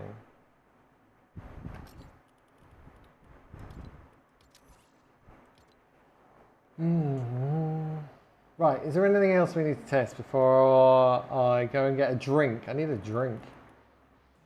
My God, do I need a drink?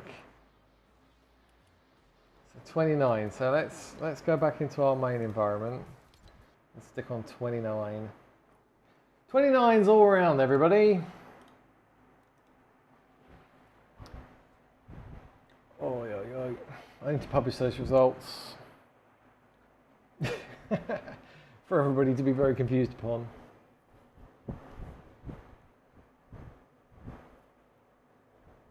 What boomer music? I normally just pull up the this thing. Oh no, wait.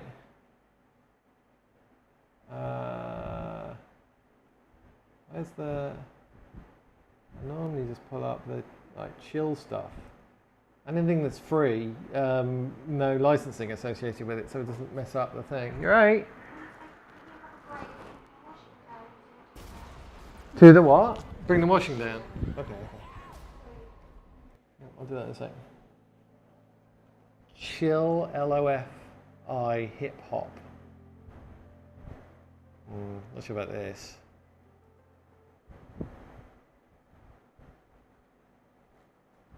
See, I like. Oh, hang on. Yeah, let's go in that. I like chilltronic stuff. Chilltronics.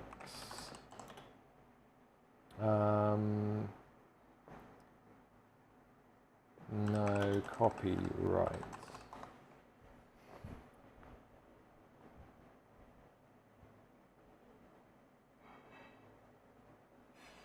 You're free to use this song in any of your videos. Oh, it's only 3 minutes. I need like 3 hours worth of chilltronics is what I need. 3 minutes, 3 minutes. How do I filter by at least over 20 minutes? There we go. What is that thing? Okay. Gravity music. Oh, that might be good. That's 1 hour. That's Shopify.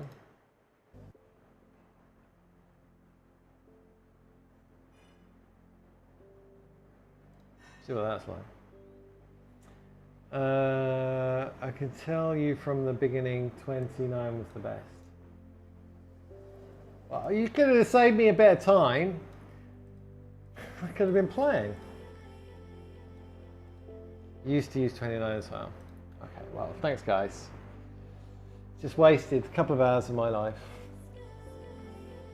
Well, why isn't that starting yet? Can we start the computer, please? Hello? Has it fallen asleep? What's going on?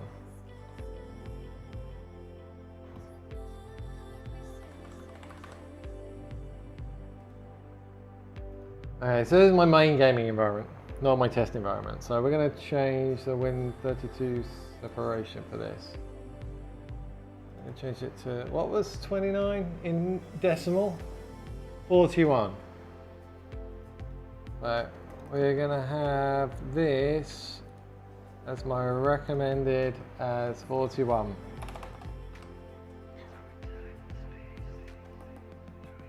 And run it. Oh, helps if I actually run it as administrator, doesn't it? There we go. So I added 41 to the registry. Ready to reboot because that's live.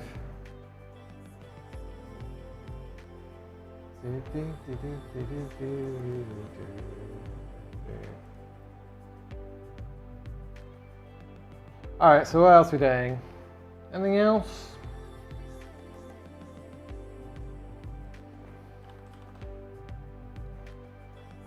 Here's what Cinebench will do with that. So I'm normally about 36,000. Did that just stop on its own? With hyperthreading off. If I put hyperthreading on, I'm normally about 42,000. But I don't like running hyperthreading. It destabilizes your memory and your memory overclocks. And it adds latency. 35,800, yeah. Definitely warmer today.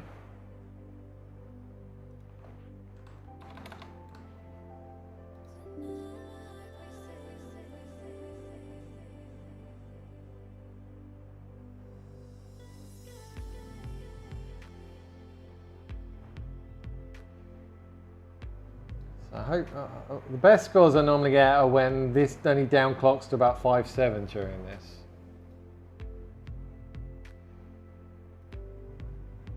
Oh, you can't see, sorry. Okay, might help.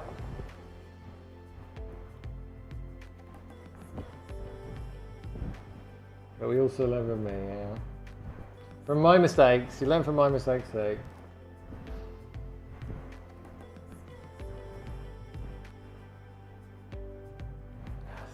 Down a bit. So it's down clocking to 5.5 today. I mean, it's a lot warmer than it normally is, but I still don't like it's down clocking. I mean, it's thermal throttling at 86. What? This is not right. So the ring's thermal throttling. Oh, I wish I could undervolt this CPU. You undervolt 10 millivolts on this CPU and Prime 95 crashes within 30 seconds. 10 millivolts. You don't undervolt and it will run for hours. It's something I think they've enabled CP by default for the GT CP by default, which conflicts with any kind of undervolting in the registry and the BIOS. I think they've done that. Blaming MSI. They just drives me nuts. You shouldn't have done. The nightmare that I've had with this. What motherboard have you got, Pixie?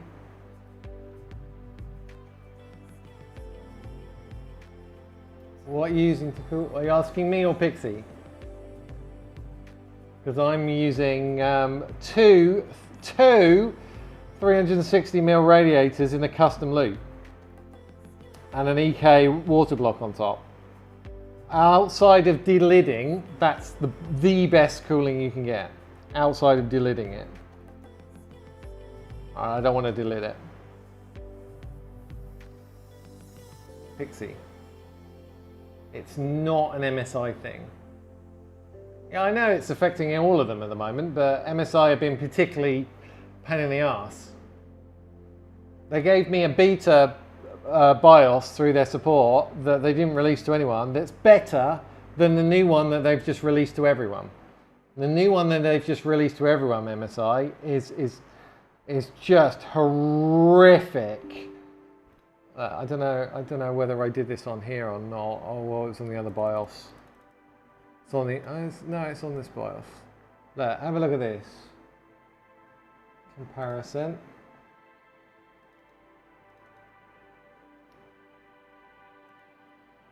Look, that bottom one is the new BIOS from MSI. That is the secret one that they didn't release. The one I've rolled back to now. Look at it. Look at the new one. It's horrific.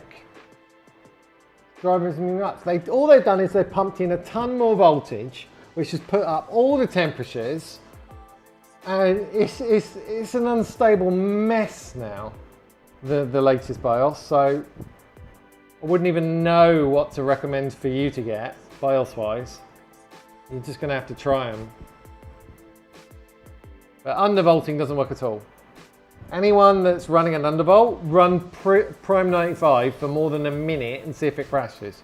Probably will crash. Games will probably still be stable with an undervolt, but Prime 95 certainly won't be. And I've been trying to get Prime 95 stable.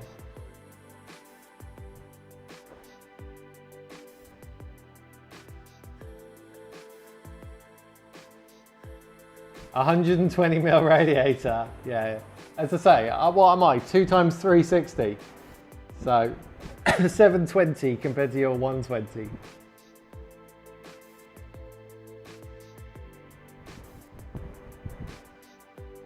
Yeah, you're going to have a nightmare with that CPU and that cooling. A nightmare with it. You won't be able to open a game without crashing. Yeah, you won't even be able to get into Fortnite at all. It will just crash. It's so unstable. I mean, I don't know whether I can see the temperatures on these, but just running Fortnite. I mean, this is an easy bench as well. Let me just try and find a harder bench with that BIOS. These are all easy ones, I think.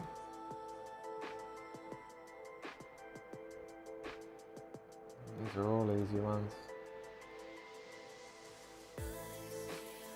I mean, look at the temperature difference. I mean, the B1 BIOS 83, the A3 BIOS 75. I mean, they're just pumping in a load of extra voltage in their VF curves.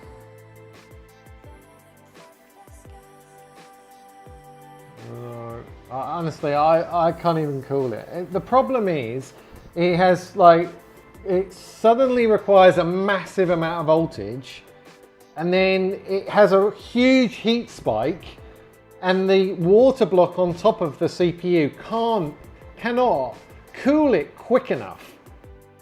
So this is why everybody's delidding them, because you can't. From the IHS, the integrated heat sink thing, it can't thermal conduct quick enough to cool it. So I've got a block on that's running at what? The temperature of the liquid probably going around it is always really, really cool. About 30 or something. And it just cannot cool it quick enough because it requires so much voltage so quickly that it just can't keep up. And so all you can really do is, try and undervolt it, but then it just crashes because under load, it then starts going under 1 volt. It's like dead on 1 volt under load. So, and then you try and change the load line calibration to stop it drooping.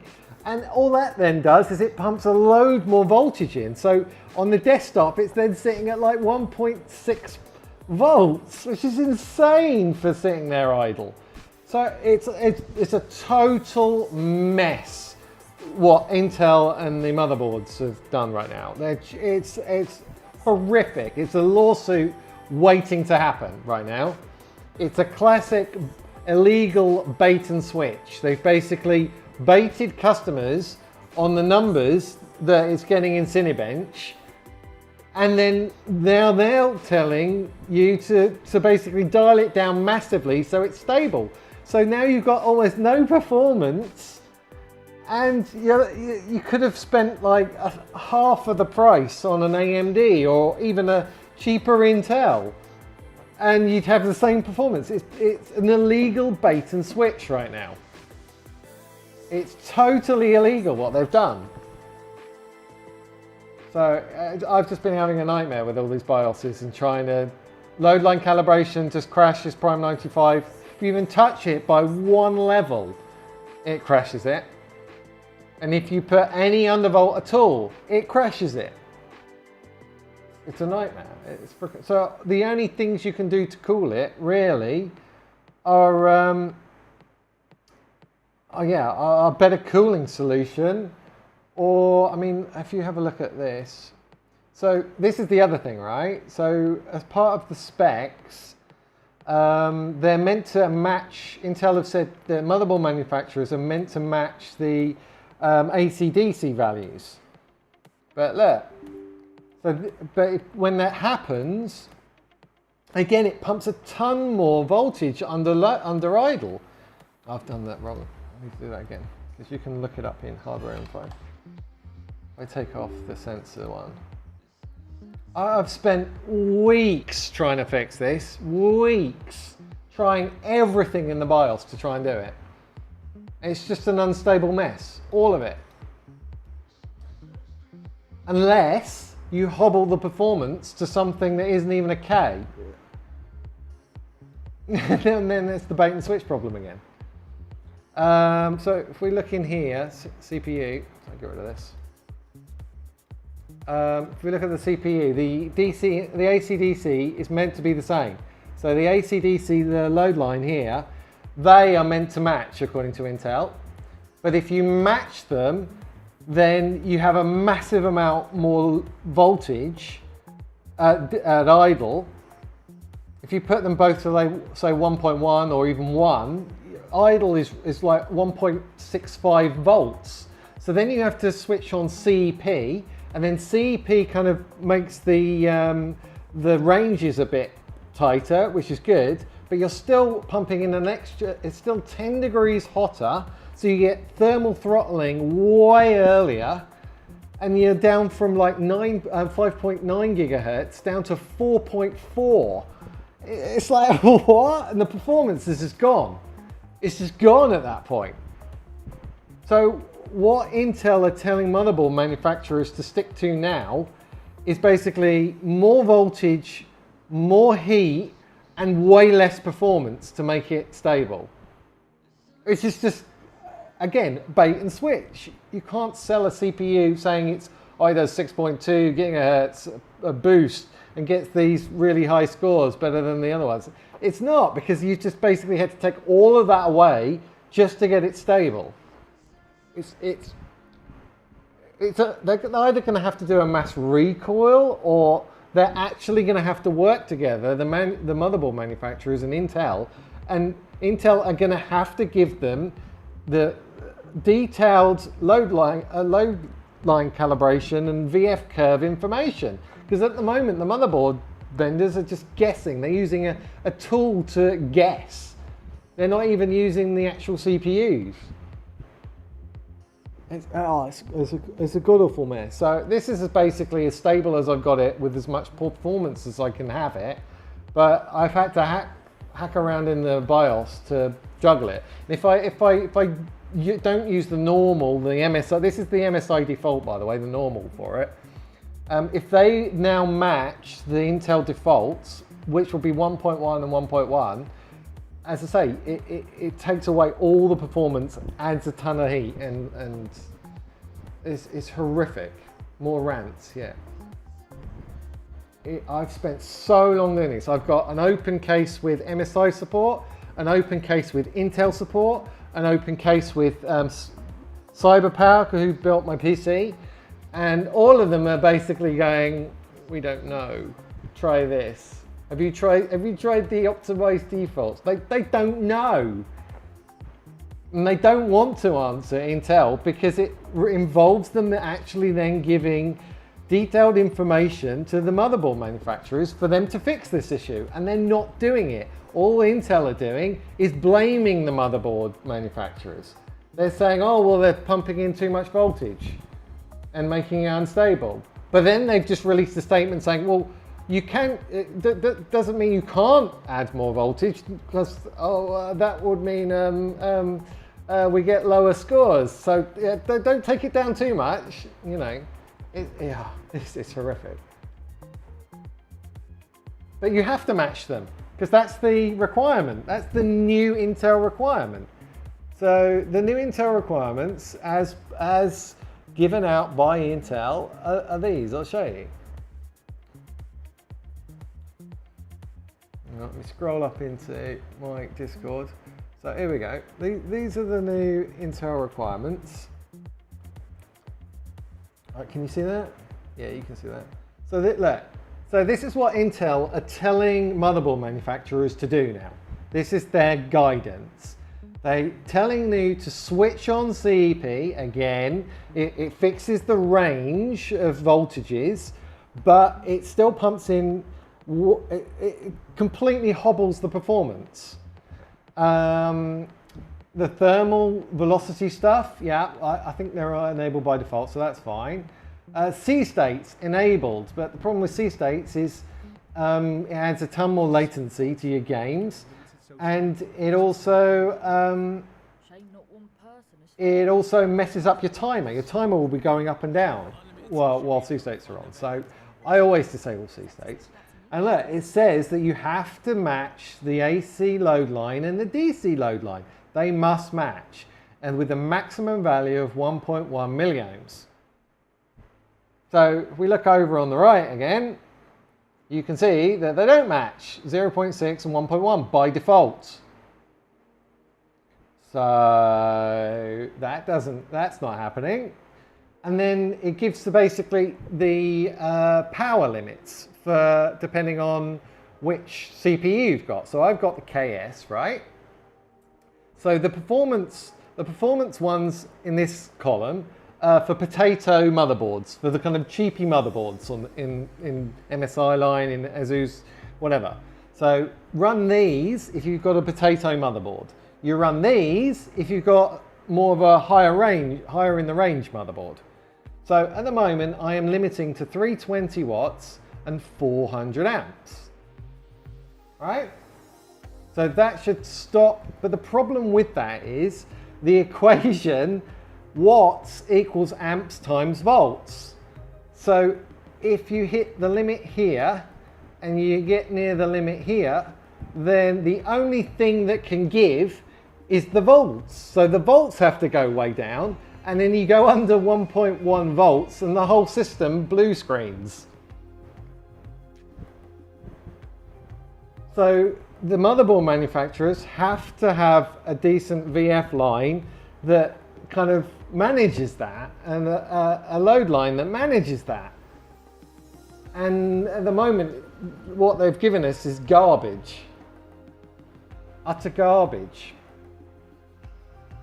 And I've been doing loads and loads and loads and loads of different tests. Look, I mean, this is me trying to actually get this to work on just different options on the B1 officially released MSI latest BIOS.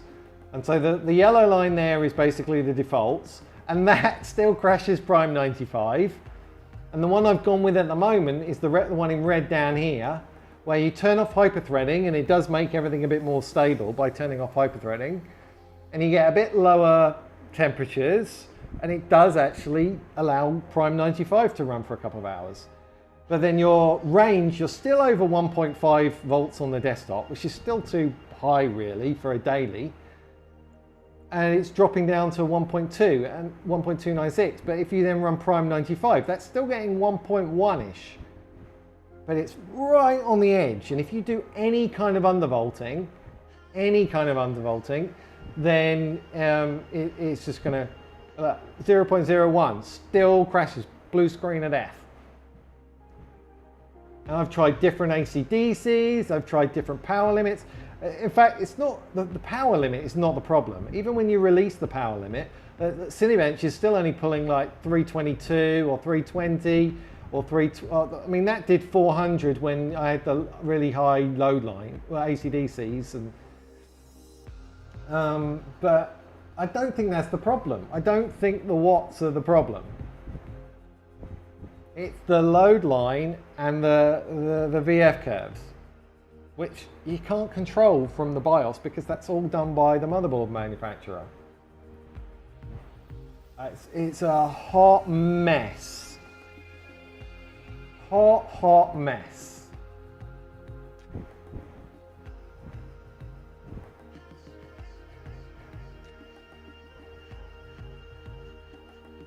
Yeah, it is a voltage problem. It is a voltage problem. And the voltages are all over the place. I mean, what did we get in the voltages for that last run? I can't even remember. I mean, it's probably crash when I try and run this now. Sensors only. So watch this. I'm going to turn that off. Let's turn this off for now. I don't think I haven't got Prime 95 on this PC. Let's go back to my test computer to show you what I'm talking about. I don't really like running stress tests on my main one because it can mess up the operating system if it goes wrong and blue screens. I'd rather have a throwaway operating system. Yeah, you are lucky you're on a X3D, big time. It's just It's just horrific.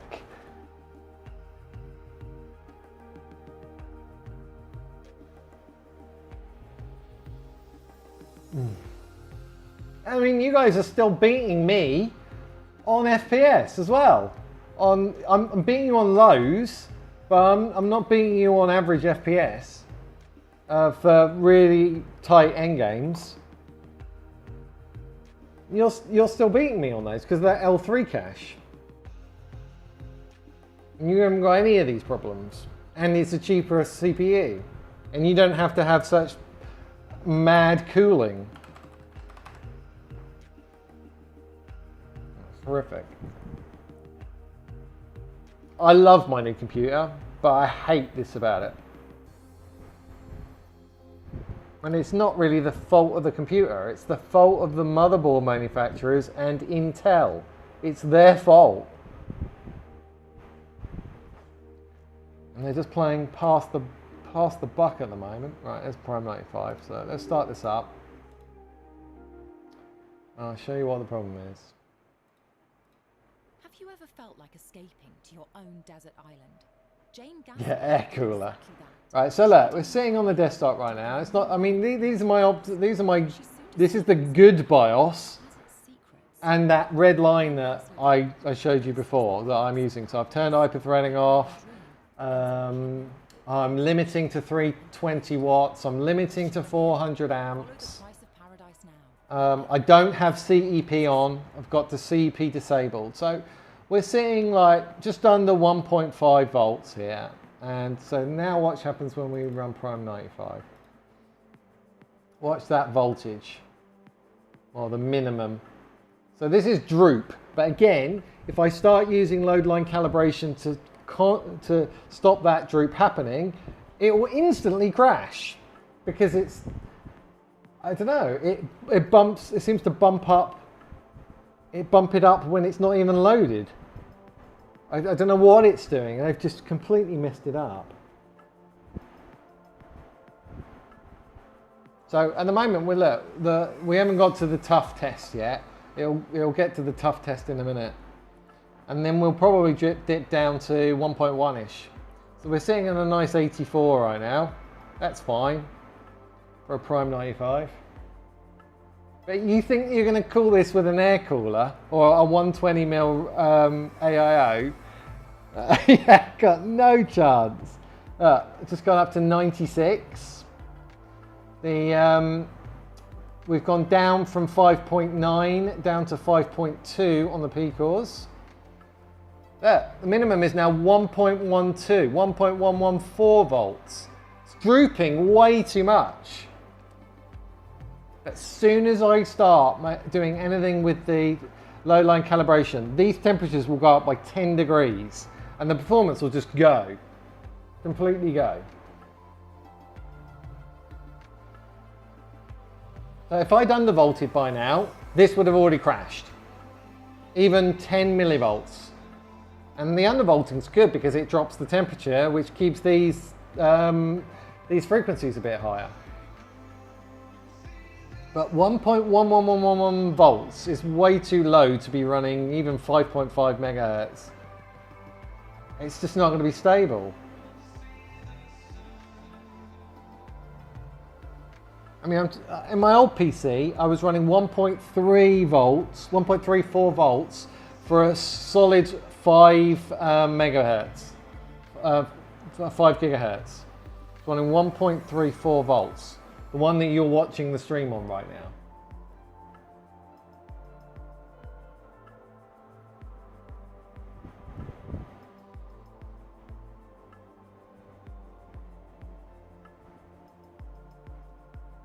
That's Belushi sending me.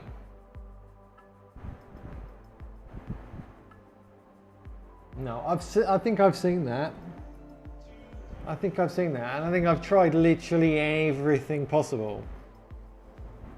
I've tried it all on this MSI BIOS. It's just been.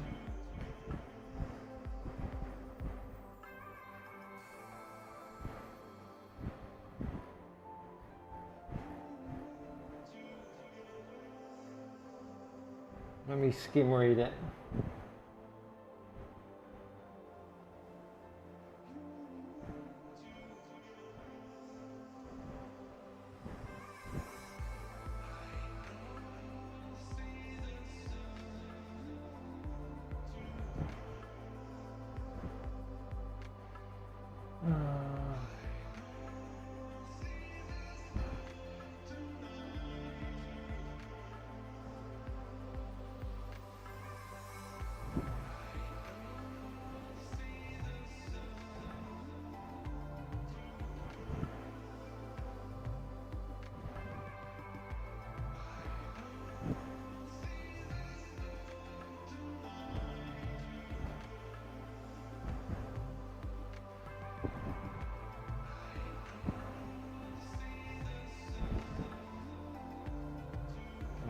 half of this page is frozen. Can't even read it. I've got about 10% of the way down and it's just all frozen. Yeah, it's result code hung for the web page. That's good. Nothing dodgy going on here.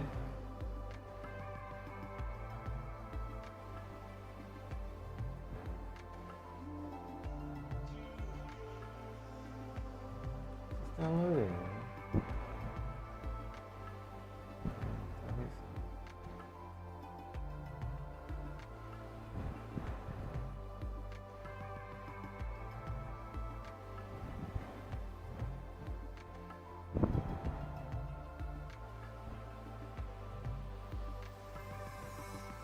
Yeah, I'm trying to read it, Belushi, but I can't. It's just the web page is hanging.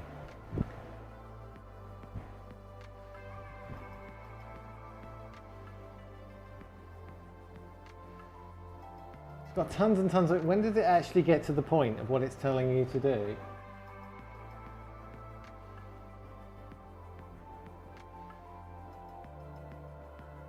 Is it hard? Is it just doing a static overclock? Is that what it's doing?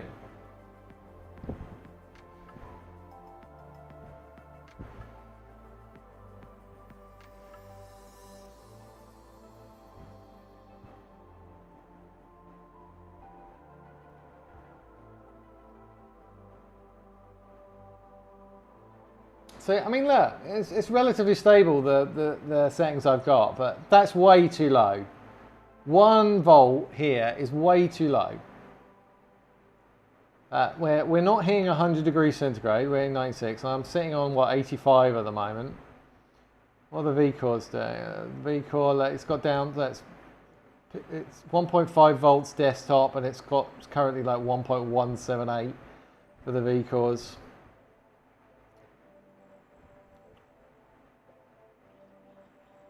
I don't know, maybe the solution is a static overclock, a fixed static overclock.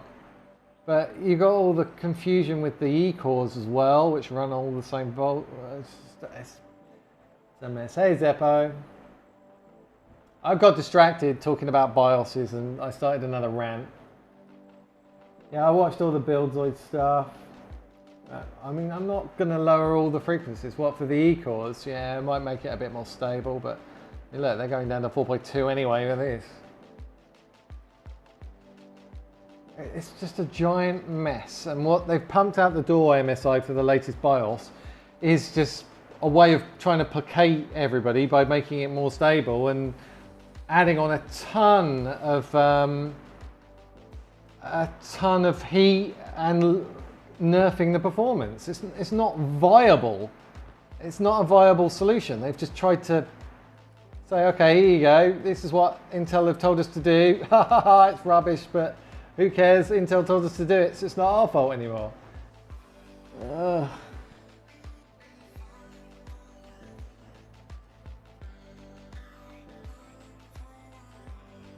Sorry, Belushi, what are you saying?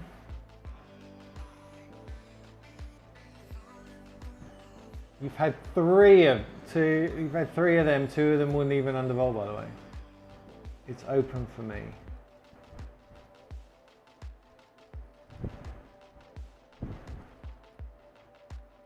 So what are we doing? Belushi? Down where it says startup process, you need to check them out under full load and match them. I'm not sure what you're talking about. You're talking about hardware info? You're talking about, what are you talking about? Talking about in the BIOS?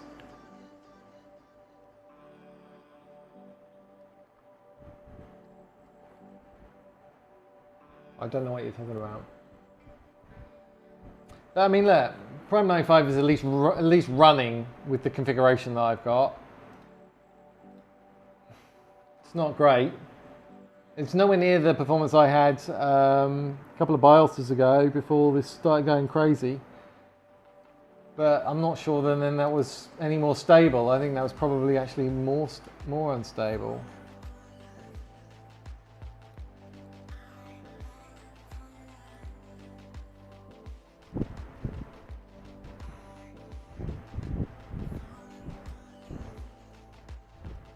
Oh, well, you mean the video, the vid and vcore? 1.18.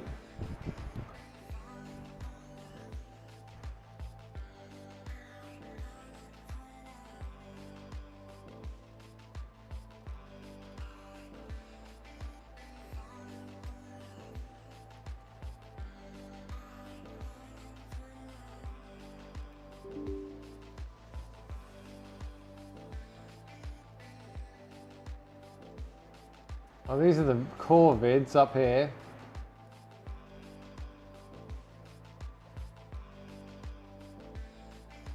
Is this running? Not running. Or do I? Didn't think so. That'll drop in a minute.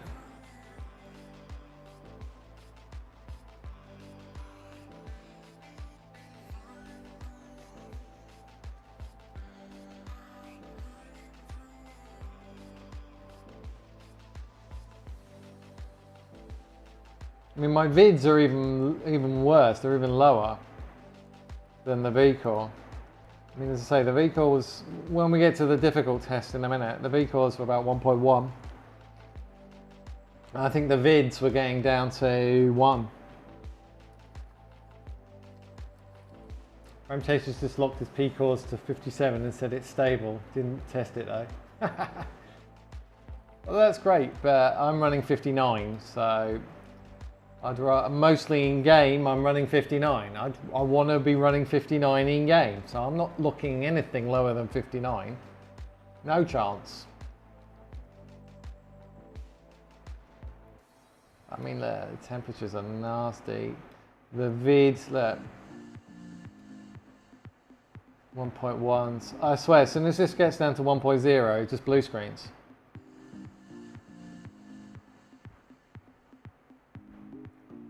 I mean, I did try playing around with the ring ratio a bit, upping that from 45 up to 50, but that didn't help. That just made it more unstable. As I say, I've got 320 PL1 and PL2 limits.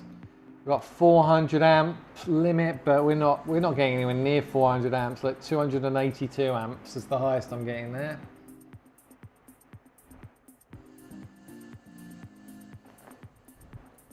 You have to pay a performance loss no matter what you do. It's ridiculous. Yeah, I mean, these KS CPUs are for like enthusiasts that want to overclock their CPU. Overclock?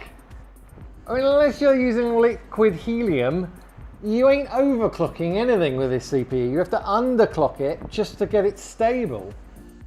It is ridiculous. It is totally ridiculous. Oh, definitely don't test with Prime 95, please. Don't do that. It's too much of a stress test. It's not realistic. You're just saying it's not stable is all you're doing. I like to test with Prime 95 because I want it completely stable. If I do a lesser test, then it's not really doing that, is it?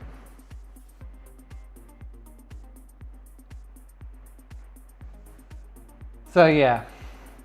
Once you start getting into 1.0s, that's when it starts getting nasty. I've been up to like 4 AM for like a week trying to get these working, trying everything.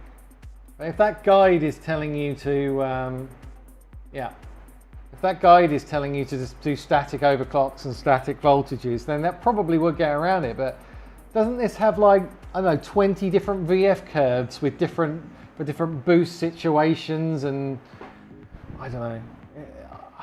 The old Intel CPUs were really easy to overclock. I'm running for 5 years now a static overclock on the PC that I'm now streaming to you on, and it was fine on my 990K F. It was easy to set up. You set it just 1.34 volts, 5 gigahertz. I actually had it running at 5.1 at one point. And everything fixed, and sort the load line calibration out so you don't get massive V droop with the V core under load, and it was just stable, rock solid. None of this E cores, CP, crazy VF curve, weird backwards load line calibration nonsense. It just worked. If you want stable all-day gaming, 5 all cores, 4A, 5 ring, have a good LLC ASUS level 6. Yeah, it doesn't work. If I touch my LLC at all, so mode 8 is basically the lowest one, which is the auto. If I go into mode 7, well, you can see on the results. Did I put them in mode, did I do the mode things? Yeah, I think we did them on the results. Let's see if I can find this. I don't know where to put this. I'm not sure whether this is in the right place. Okay, that's that one. Yeah, I did a load of different kind of load line calibration things as well, and I just gave up on it after a while. It's basically any kind of dip at all. Look. So mode 8 is basically the lowest you can get. So it's almost no load line calibration whatsoever. It's just massive V droop. 86 degrees centigrade with a Cinebench. As soon as you go to 7, it adds 10 degrees centigrade. And then I'm massively thermal throttling.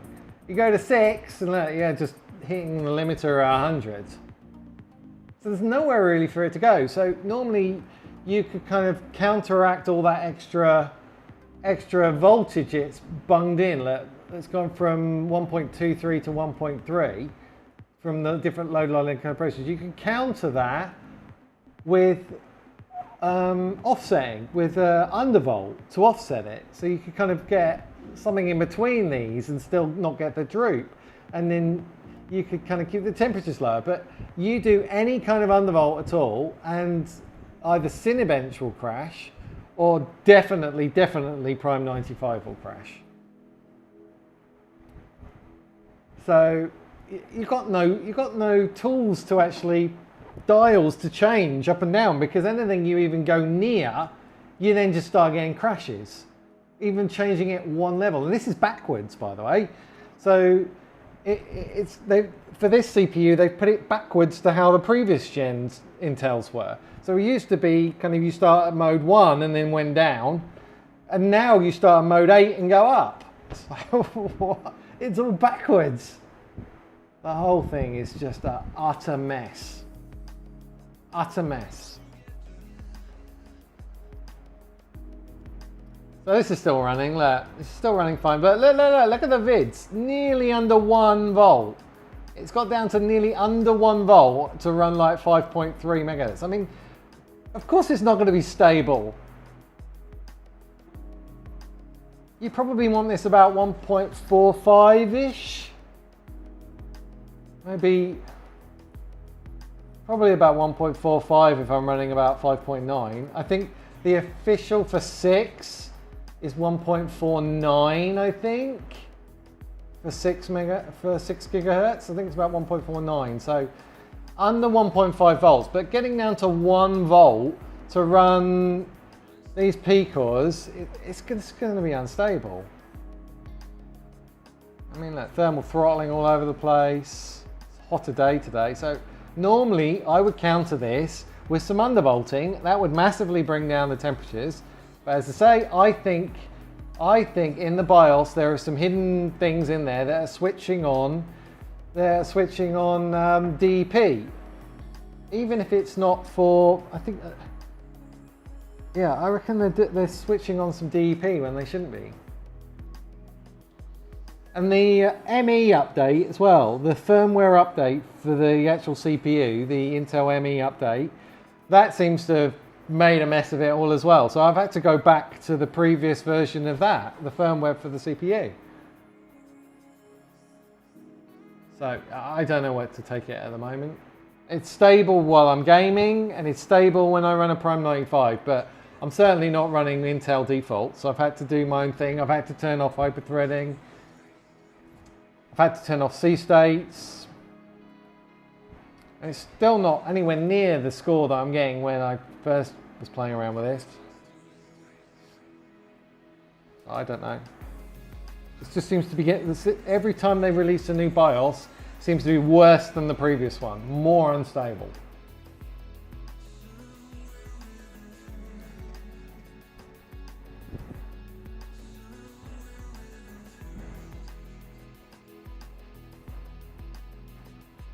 Accuracy, how do you get 6.2 when you're gaming?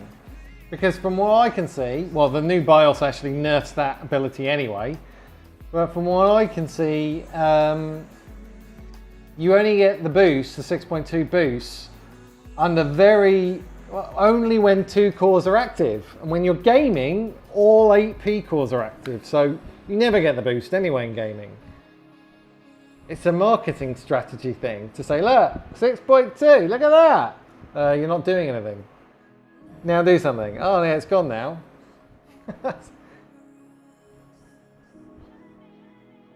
Just seems like a marketing strategy to me, that's it.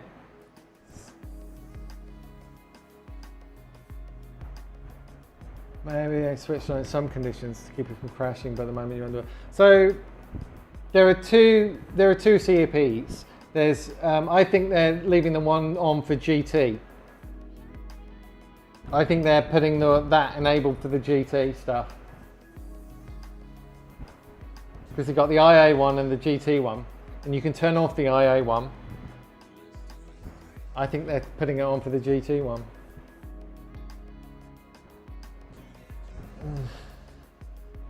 It's a mess. I just want it to work. I want the performance I paid for and for it to be stable.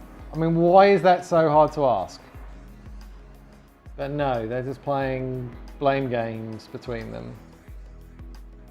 So yeah, class action lawsuit is on its way by the looks of it, unless they fix this very, very soon. They're either going to have to do a complete recall, or like they did like 20 years ago or whatever it was, Intel, or they're going to have to provide a solution that works.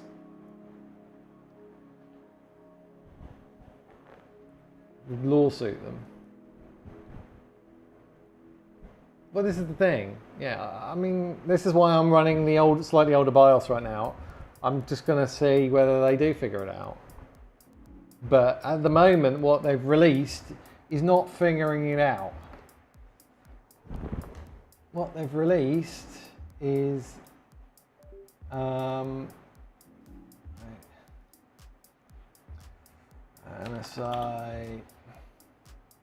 798.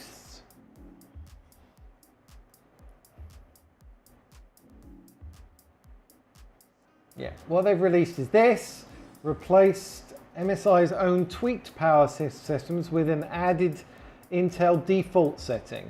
In other words, your performance will basically drop by at least 10%. What I measured, at least 10%. And users can still optimize system performance with alternates from MSI. So they're saying, okay, you can go with the Intel defaults, which will basically lose you 10% performance. Or you can go with what we had before, but we're not going to actually mention that that was completely unstable before as well with the CPU you've got. And this thing is the ME firmware update. Because what I did was I went back to a previous version. I went back to this working A3 version. I've got the A3 version. I went back to that, but I did not go back to this firmware, and it was still really, really bad. It's only when I went back to this firmware as well as the A3 BIOS was it back to being stable again. So whatever they've done in this ME firmware update, the firmware for your CPU, the management engine, the Intel management engine, that is doing something bad. I suspect that's doing something with DEP and just destabilizing everything and giving those horrific results. So yeah, I've gone back to that and I've gone to A3. And that's where I'm at the moment. And I think MSI have just shoved this out of the door and said that'll do. I doubt they're even working on it anymore now. We've given them the Intel default settings, which I still don't think are the correct ones, because I still think there's some missing. Where is it? Where is it? Where is it? Yeah, CP's on by default. Yeah, they do actually match those. E-status is on by default. And what they do is they set these, by the way. They don't set these by default, they just set these ones. These performance, these potato motherboards ones. So I think they think they're done, but I'm not going to let them off the hook, MSI. As I say, I've got an open support case with them. Because this is just, I'm not losing 10% performance. Because that's outrageous. Losing 10% performance. It goes down from, what did I say it went down from? It goes down from 42,000 down to 38,000. Is that what I got? So yeah, here we go, 38,000. So pretty much 42,000 down to 38,000. That's 10%. And they think that's the solution. And they think they haven't then done a bait and switch and missold the product. Wrong.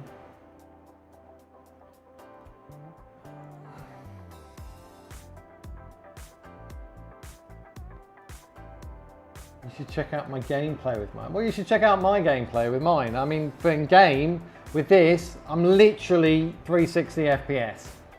It's rock solid. Rock solid. I mean, you've seen my benchmark result. Oh, hang on, where's?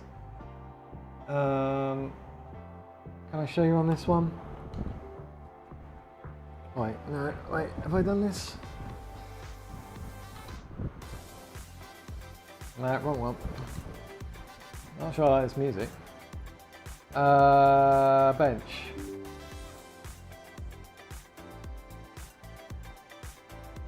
I mean, I don't personally need any better performance than what I'm running right now. But if I was to run a, why isn't that coming up? It's taking its time. Thank you. If I was to run FNCS Endgame Scrim replays, then I can't really because it's not great. Let me see.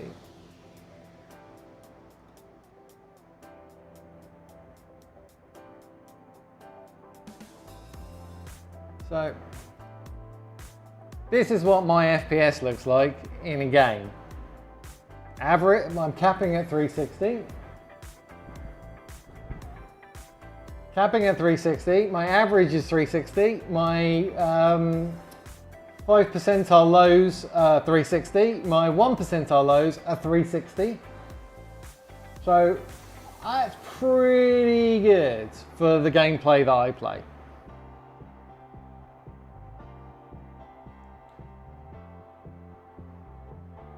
But it's not really the point though, is it?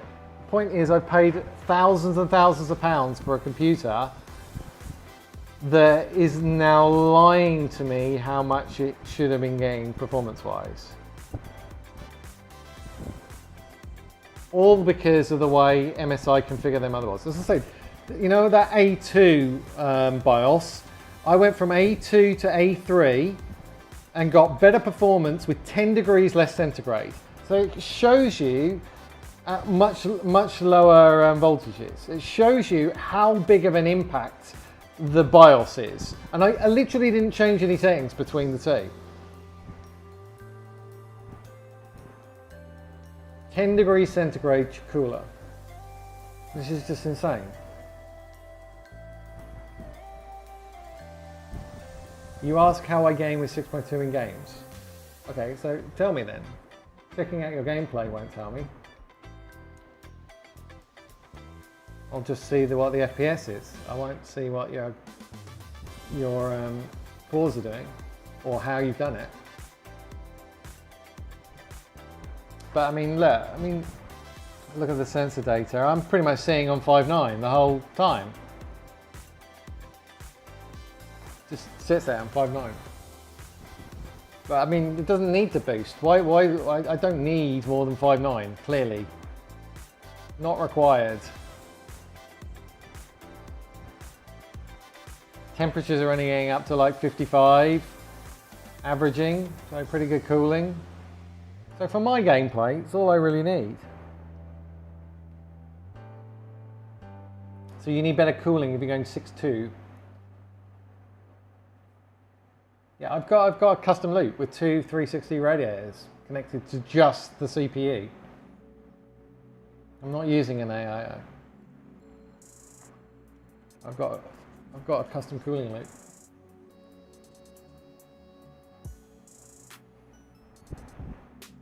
Looks like that. So you've got a radiator on the right and you got a radiator on the top. And they both feed into the EK water block. And you've got 11 fans.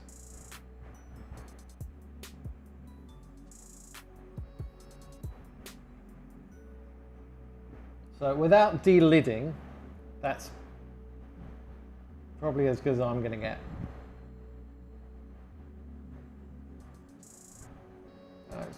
I mean, the water's really cool. I mean, it's not hot at all. If I put my hands, if I can run Prime 95 for like 8 hours and touch the top of the radiators and the air's coming out the back, it's just fairly warm. It's cooling it really, really well. It's the spikes in voltages that are the problem. That's the problem.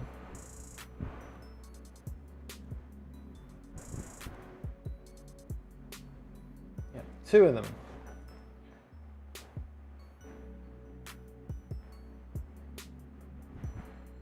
Temperatures are fine.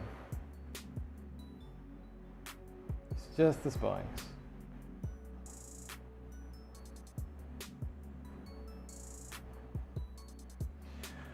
Alright, anyway, I'm bored with this ranting. I am going to go and help my wife with something that she asked me to do like 2 hours ago, so I'm gonna go and do it, otherwise I'm gonna get in trouble.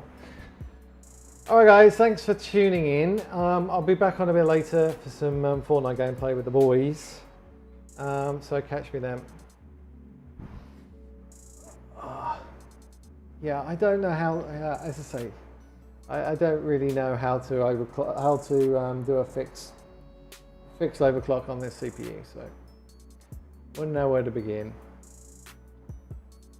It's too insane.